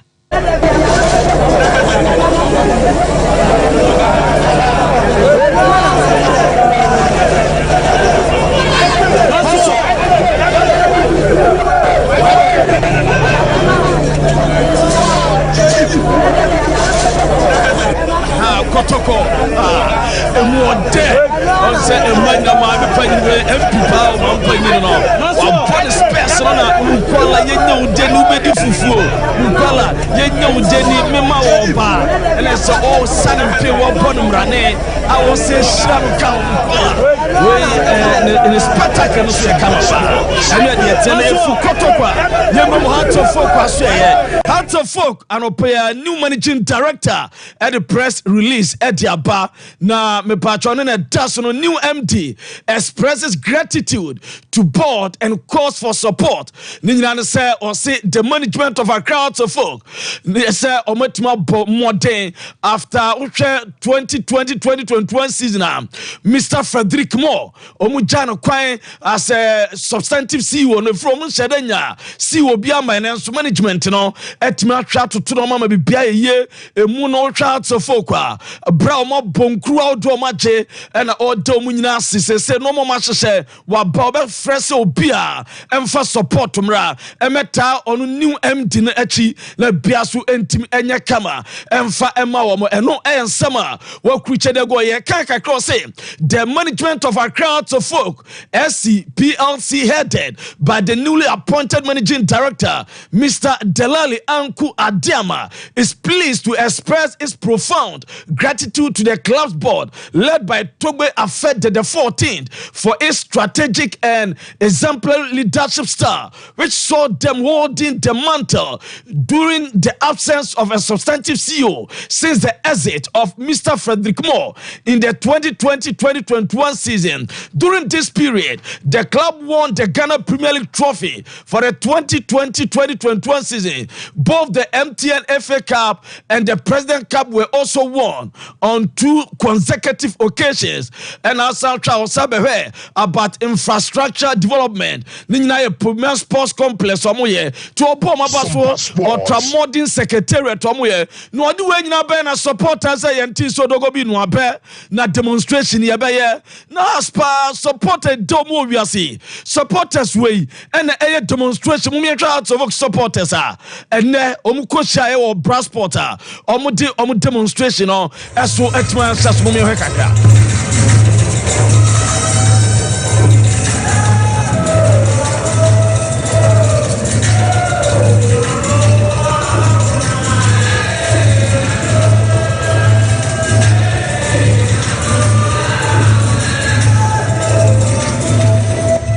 We save the mighty oak tree demonstration and a good costing and say a new board members and then which revive the soul of Accra to folk phobia for no dear das and kwano etimi ema yeshikaya yi eno eje dawa ye di ema esono no na yenwom ne mfanto nsa mediama nyame pa day Friday fiata okuma se omugina kono Cup Champions League omo against Nadi Alale na mediama the jungle aba edepa yente kakra. To see me, dear man. Everywhere we go, people want to see me. 23rd February 2024 at the Babanyara Sports Stadium. Eyefieda, Ebeye Kikim. Ghana, are you ready? The CAF Champions League, one of the biggest games of the year. Ghana Champions, Mediama Sporting Club, and the biggest club in Africa, El Ali. About the Babanyara Sports Stadium. Oh, what a game it's gonna be. This is a game of a lifetime. Eno medema nyame pa Friday nkota omachi na good news free medema so ya ban say top defender ye fe Nuruddin Abdullah wa fita obegina chwa mastermind ya chire ho ama bibia so ya kama medema on Friday eno ede dawe di emamo e odwumadie no so na yantin simfanton so ramo Eastern region krobie fro damai omo AstroTurf so division 2 game ba ko todwa na adaje eni pusuko Pima custom etrafie emada wetum the Golden Warriors ebe show mu 2 na referee ogiramu no on assistant omo bro omo papa emedru ba bi na referee no hwe on da obema ye mre division 2 referee ene da wo tiso wo su ase oda won paso ni nyina no se wakwakwaje penalty a home team se ensem fataso oje esa penalty na se moba ni nsuo ekọ ni line 1 so no oba onsom so mirika bia so mo steps no mo ba enu na moje pra no mo sa no enu ram wo Eastern region damaya ho na division 2 game no todwa ya dimam yenwram Aliu Mama Stadium on sana no di tuanim ese ram na no kotokwane Karela MTN FA Cup round of 16 ya be criticize the pitch no and na ram some di no megugu na kwa water pitch no ama no manyina ye kama na hwe eye tanker enso guma omo dia besiwa chazano na daso kama omo water no bisi we die masa ade ne de twe ade bi fam fichire na ma sentom mantem nyina se no eno ma kofa masa ade tu se we your friend dad bini ena se omo de masa ade na no de ne nyina nsom be pitch ne kama mo hwegu fa kwen na we ade na nkasa kura se be ma ade we die ani no but me obi se nsuo ho odin watermale side na me say how na boho na ket mom tutu ya grass na kura na Black Queen so Friday omo Paris 2024 qualifier omne Zambia na bebo na eno na so far some da betu dwa say Accra Sports Stadium 5 p.m. na free entry obiamra time manachi na bibianya kama Black Queens si free entry obia emra no metechere bianya kama no na adwumabadu dia to dwa say obesre yes support the Black Queens to victory na eno e de ten no adwumabadu so obesre minister only di no muntua manaka emfamo omuntua mfamo mo tete ye adwumabadu kakra ne influence Black Queens say ya born aye 1 or 2 games say me side no I dey kakra no e ma no say munyam no mo say no ama calmness dia because this man say me bad no koye na bad no koye this man what happen but the man na dia pa Omo win 3 games. Omo no smile. Next month, next week, Omo crucial game against Zambia. I say it will qualify for Olympic Games. Eno achima patuna no na tajeni puso abra UTV omo entertainment program Miss V let's say o ankwa o hwa na esa ajima badudi nsem pitu dwa na yamfa rewo semu yi emfa enwie uram wo prekum Chelsea a omo equipment officer owura friend Man di polo anopeya yese na ho dodo no na nsan kakra na owo kura dia na se enkwantime nye eno ntino wada ne bonkum so brekum Chelsea omo equipment officer no eno de tentie mo kafra na mo hyede na mo yakọ se adeto wani a o se ba ne be jamo na bibia ye kamanti fancy ye nyina so den fancy ma wodo no ensiwa mo hyede na mo kafra so nyankopon na demo no anso na eje se de bia o mota kana no ye nkwan ne na ye meto aso still abadwafo e wa ha ne mom Kunlun Ghana Limited omo aye China for achese nupa no womo so aye de badwa so aye China omo helps no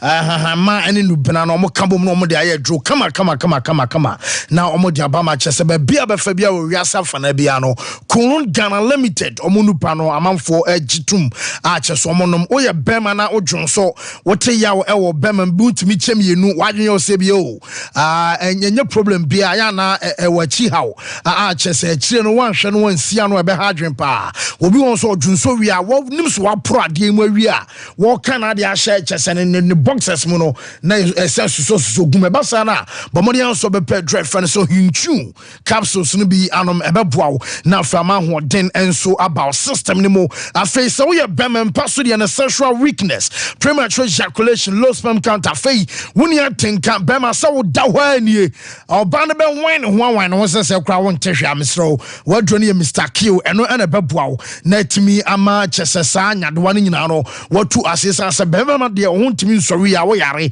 bomori anso besa ho yade na sisi yade no nso no wayi enso ade afrim afei wo yo ba araba bazin tablet eno ene beboawo wo ba enso gu rough enke frechre ba no wani nje emmoa a chesa bebian e pamu ukunu ba wapon adwuma nwumra ba bedru fio ro no ho no asansa no ho na wo pie hwene sesi ho kama manyam emra wo ho na fe ni e ta kan se moja na eni afusane ye bosome so na ote yaw bosome so na bia flow no emase de o se si ba wadro no e araba bazin tablet no ana ebeboa adu akagina mu kama ba bia tondro bia pharmaceutical shops afi herbal shops ni mo 0244 275 429 0244 275 429 0206 271 016 0206 271 016 na chese one aye Kunlun Ghana Limited empedofo ne enkasa obeso to suku so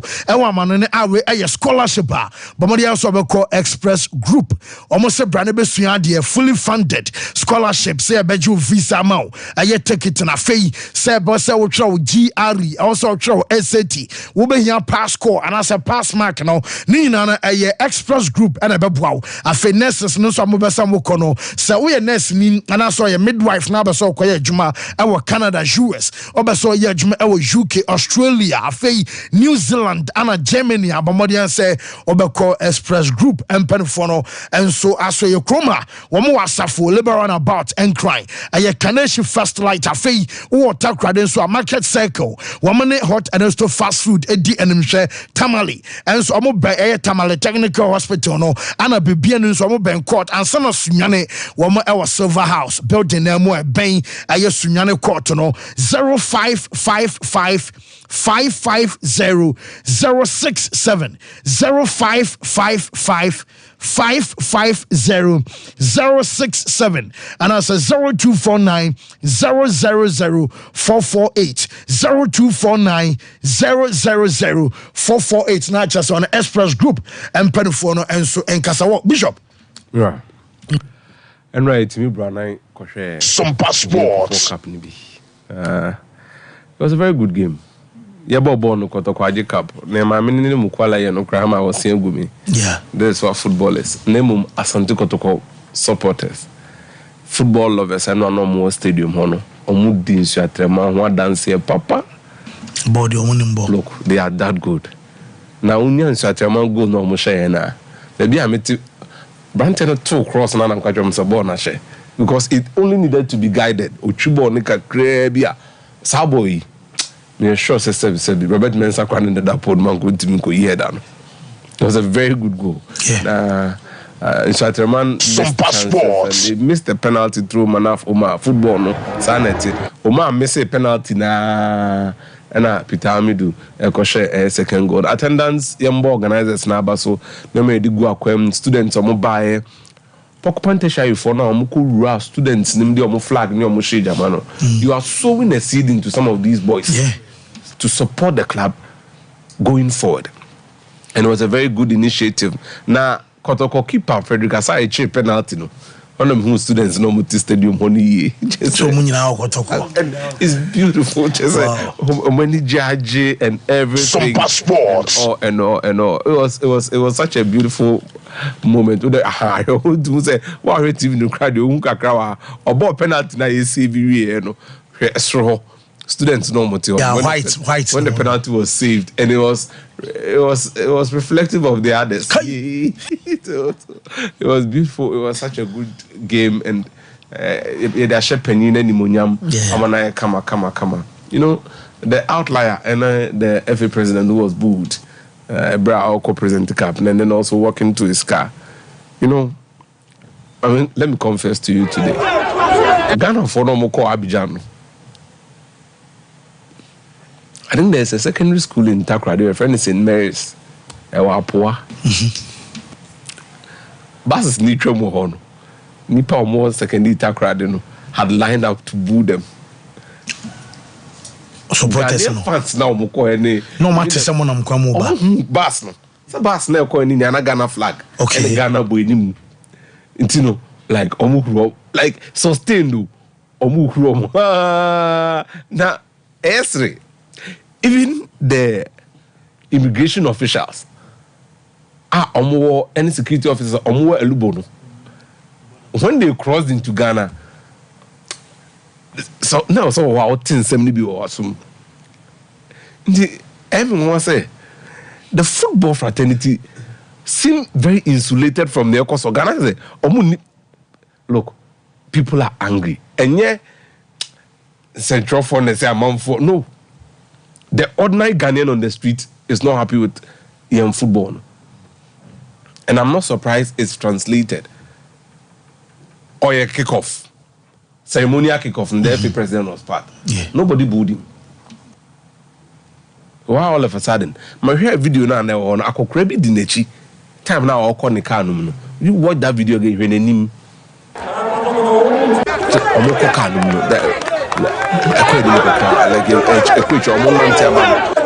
Like you see a man behind the just in a group of food. You see there's what is the man actually but you see like people are not happy.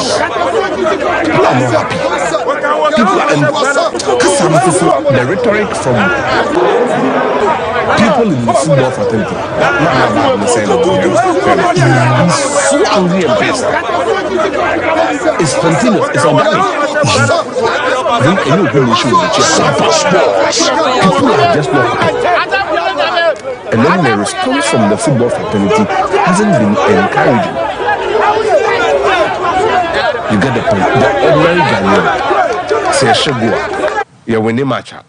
Yeah, Ubi a jumping over streets. Ubi as what can cook World Cup advert beer. Aquano. They are question pass here. So let's see the football for what it's worth. Sompa sports. Me free say that was a dampener on the occasion. It was a dampener. We could have done better. But then the reality is that the ordinary Ghanaian on the street is not happy with the current situation our football finds itself in. And the communication to us, it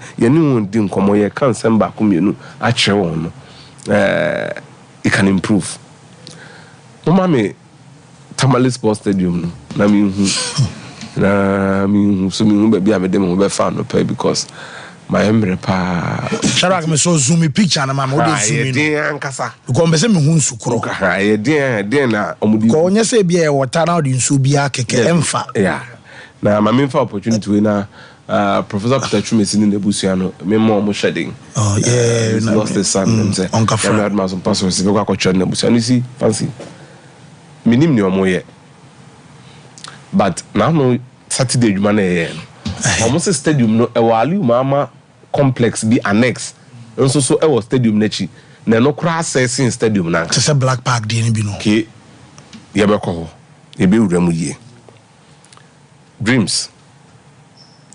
Mediama, and then Black Queens.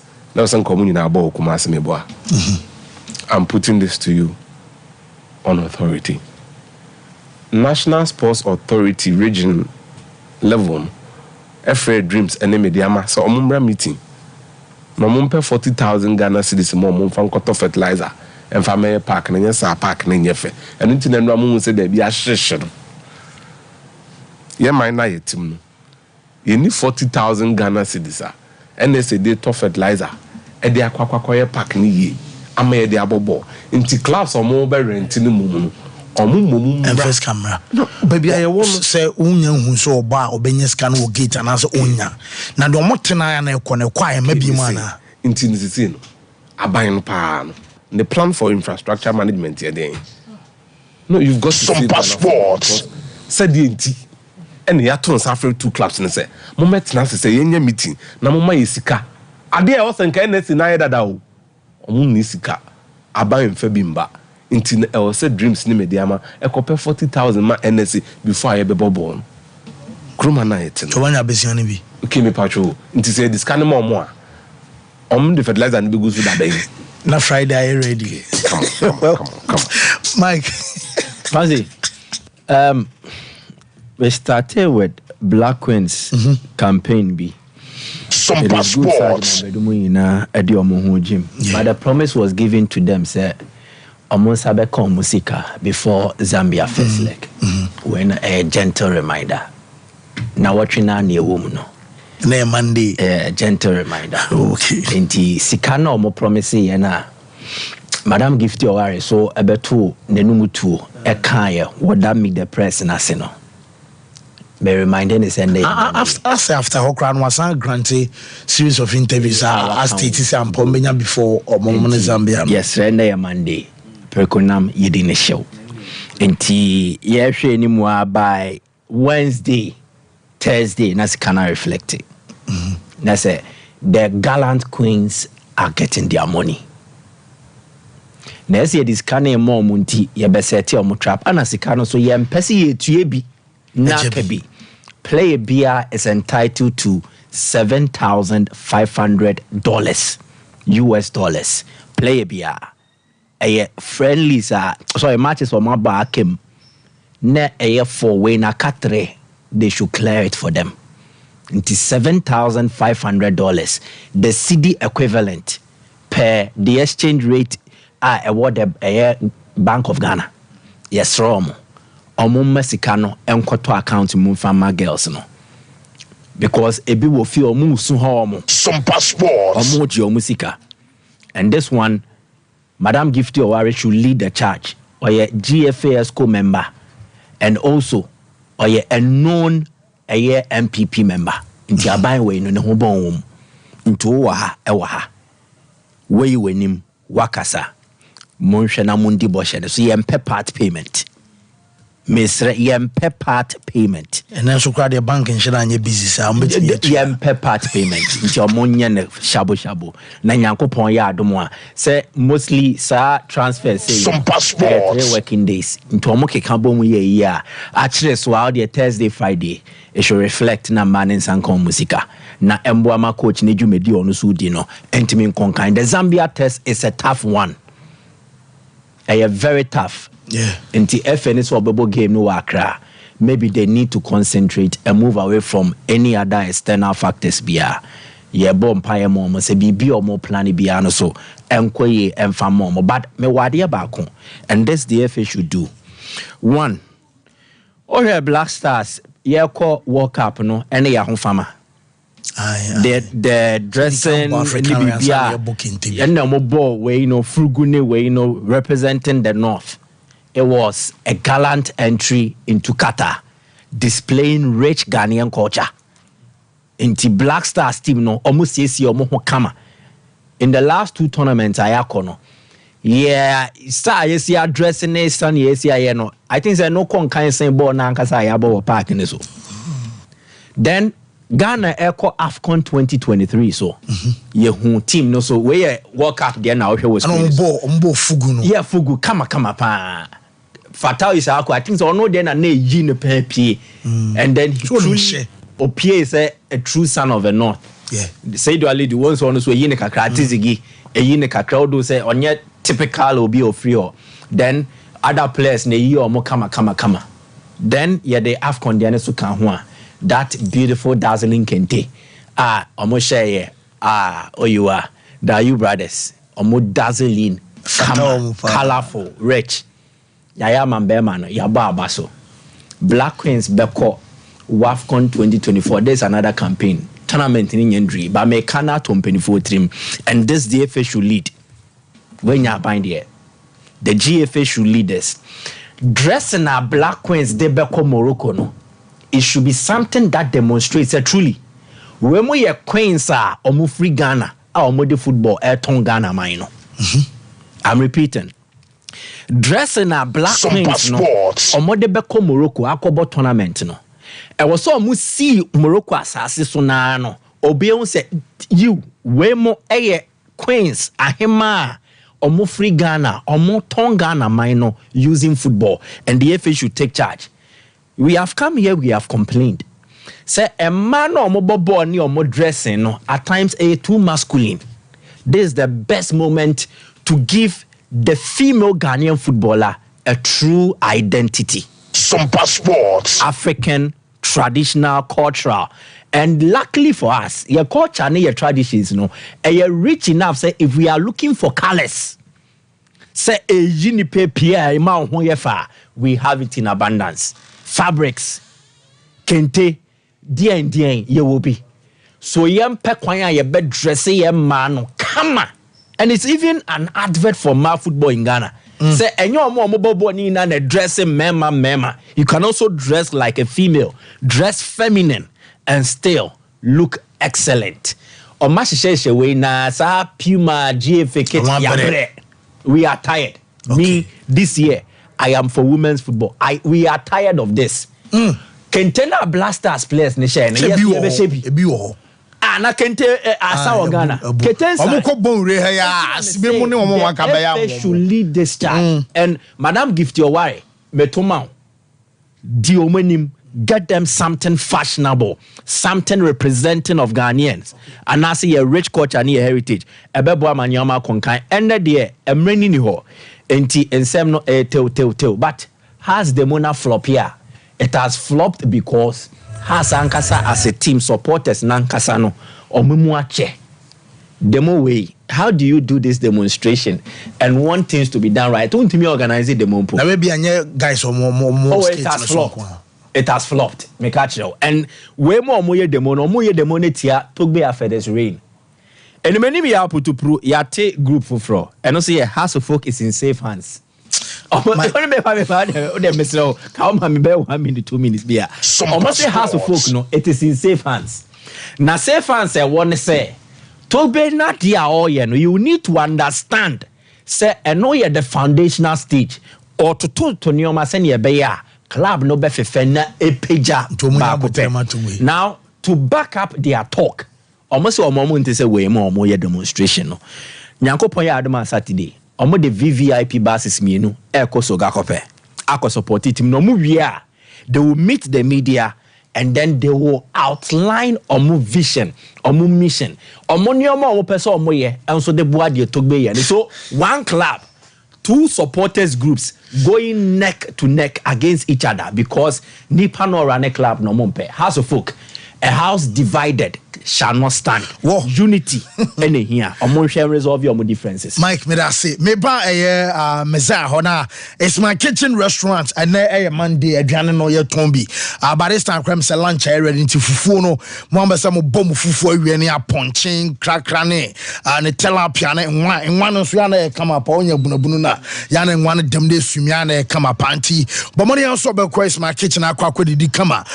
Ghana locals ni na benya bia fe continental. Wednesday bia na pizza Wednesday ya wada bia. And so aye banku and tilapia Thursday no buy one get one free and no drink bia be so nom. Say programs aba say 7 so emawa. It's my kitchen and so ebe serve e was here come mo stadium mo ben aye traffic light and 0265707070 Meza fancy Sompa Sports they need to back up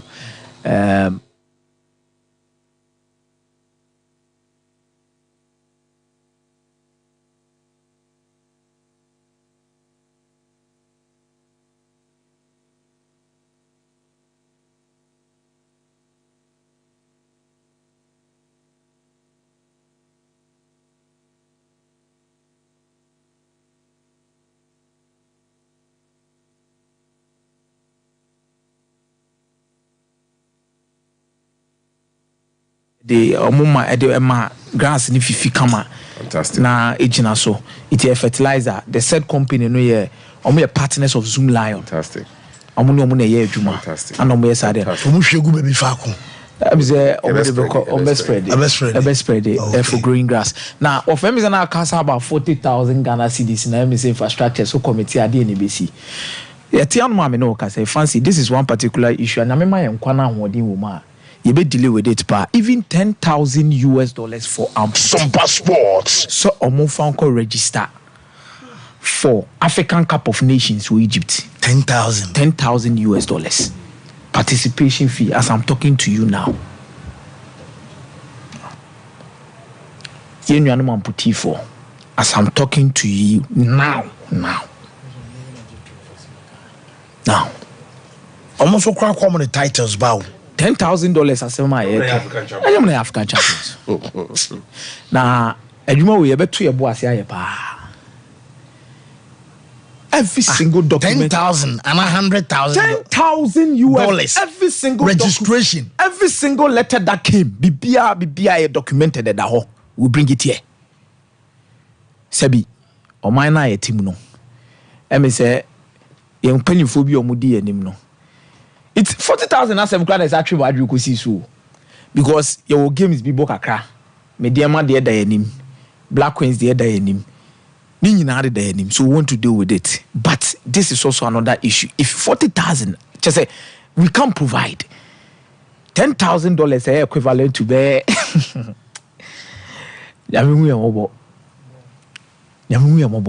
That's at 10,000 I told you. You see, it makes you think about the avenue which people feel is Black Stars in created the massive Sikasembi ko baby.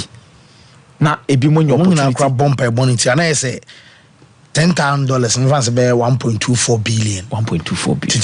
Titisika. I say 1.24 billion. Going to mean talk up papa bia okroma o. Oh baby. So peke chia. Debi. She, no bo. Debi. But fancy. Say issue you better about some other time.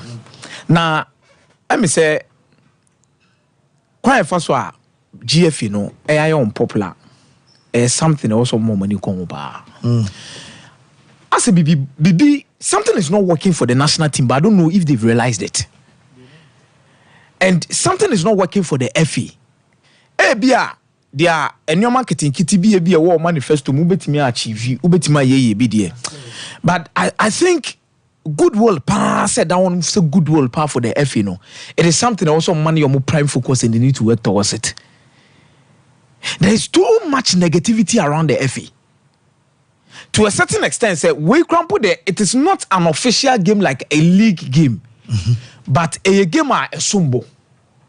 banka FA president aba honom kwampo de ka asem mfa na asem nye de enko yewo instances are someone goes obi betima ko baabi but ebia de kro na okokoye no umfi no asem no nka ba me mfiu but when wako ama first round na obi omo chat your back ball no ma mfi no ba obi wi ase no de na kofa abufo ni ba ya afia ye ball game ni wie na horo ne beto aso no. And look at empanifo mu dia kire mu ye bio. People are angry. Amanfo boafu. And they keep on doing some mistakes that ebi mu on ma. How many nyo? Now I'm praying say it is not true. Said the etete na mu frama mu so otu ado no mpeso mu de adwuma na mana. One wouldn't yet.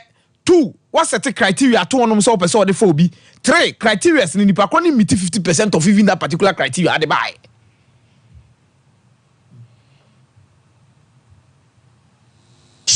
I must commend the FA. They've done some good jobs, especially with the women's team. The results are positive. Maybe see omo come out can be music say mama clear their mom.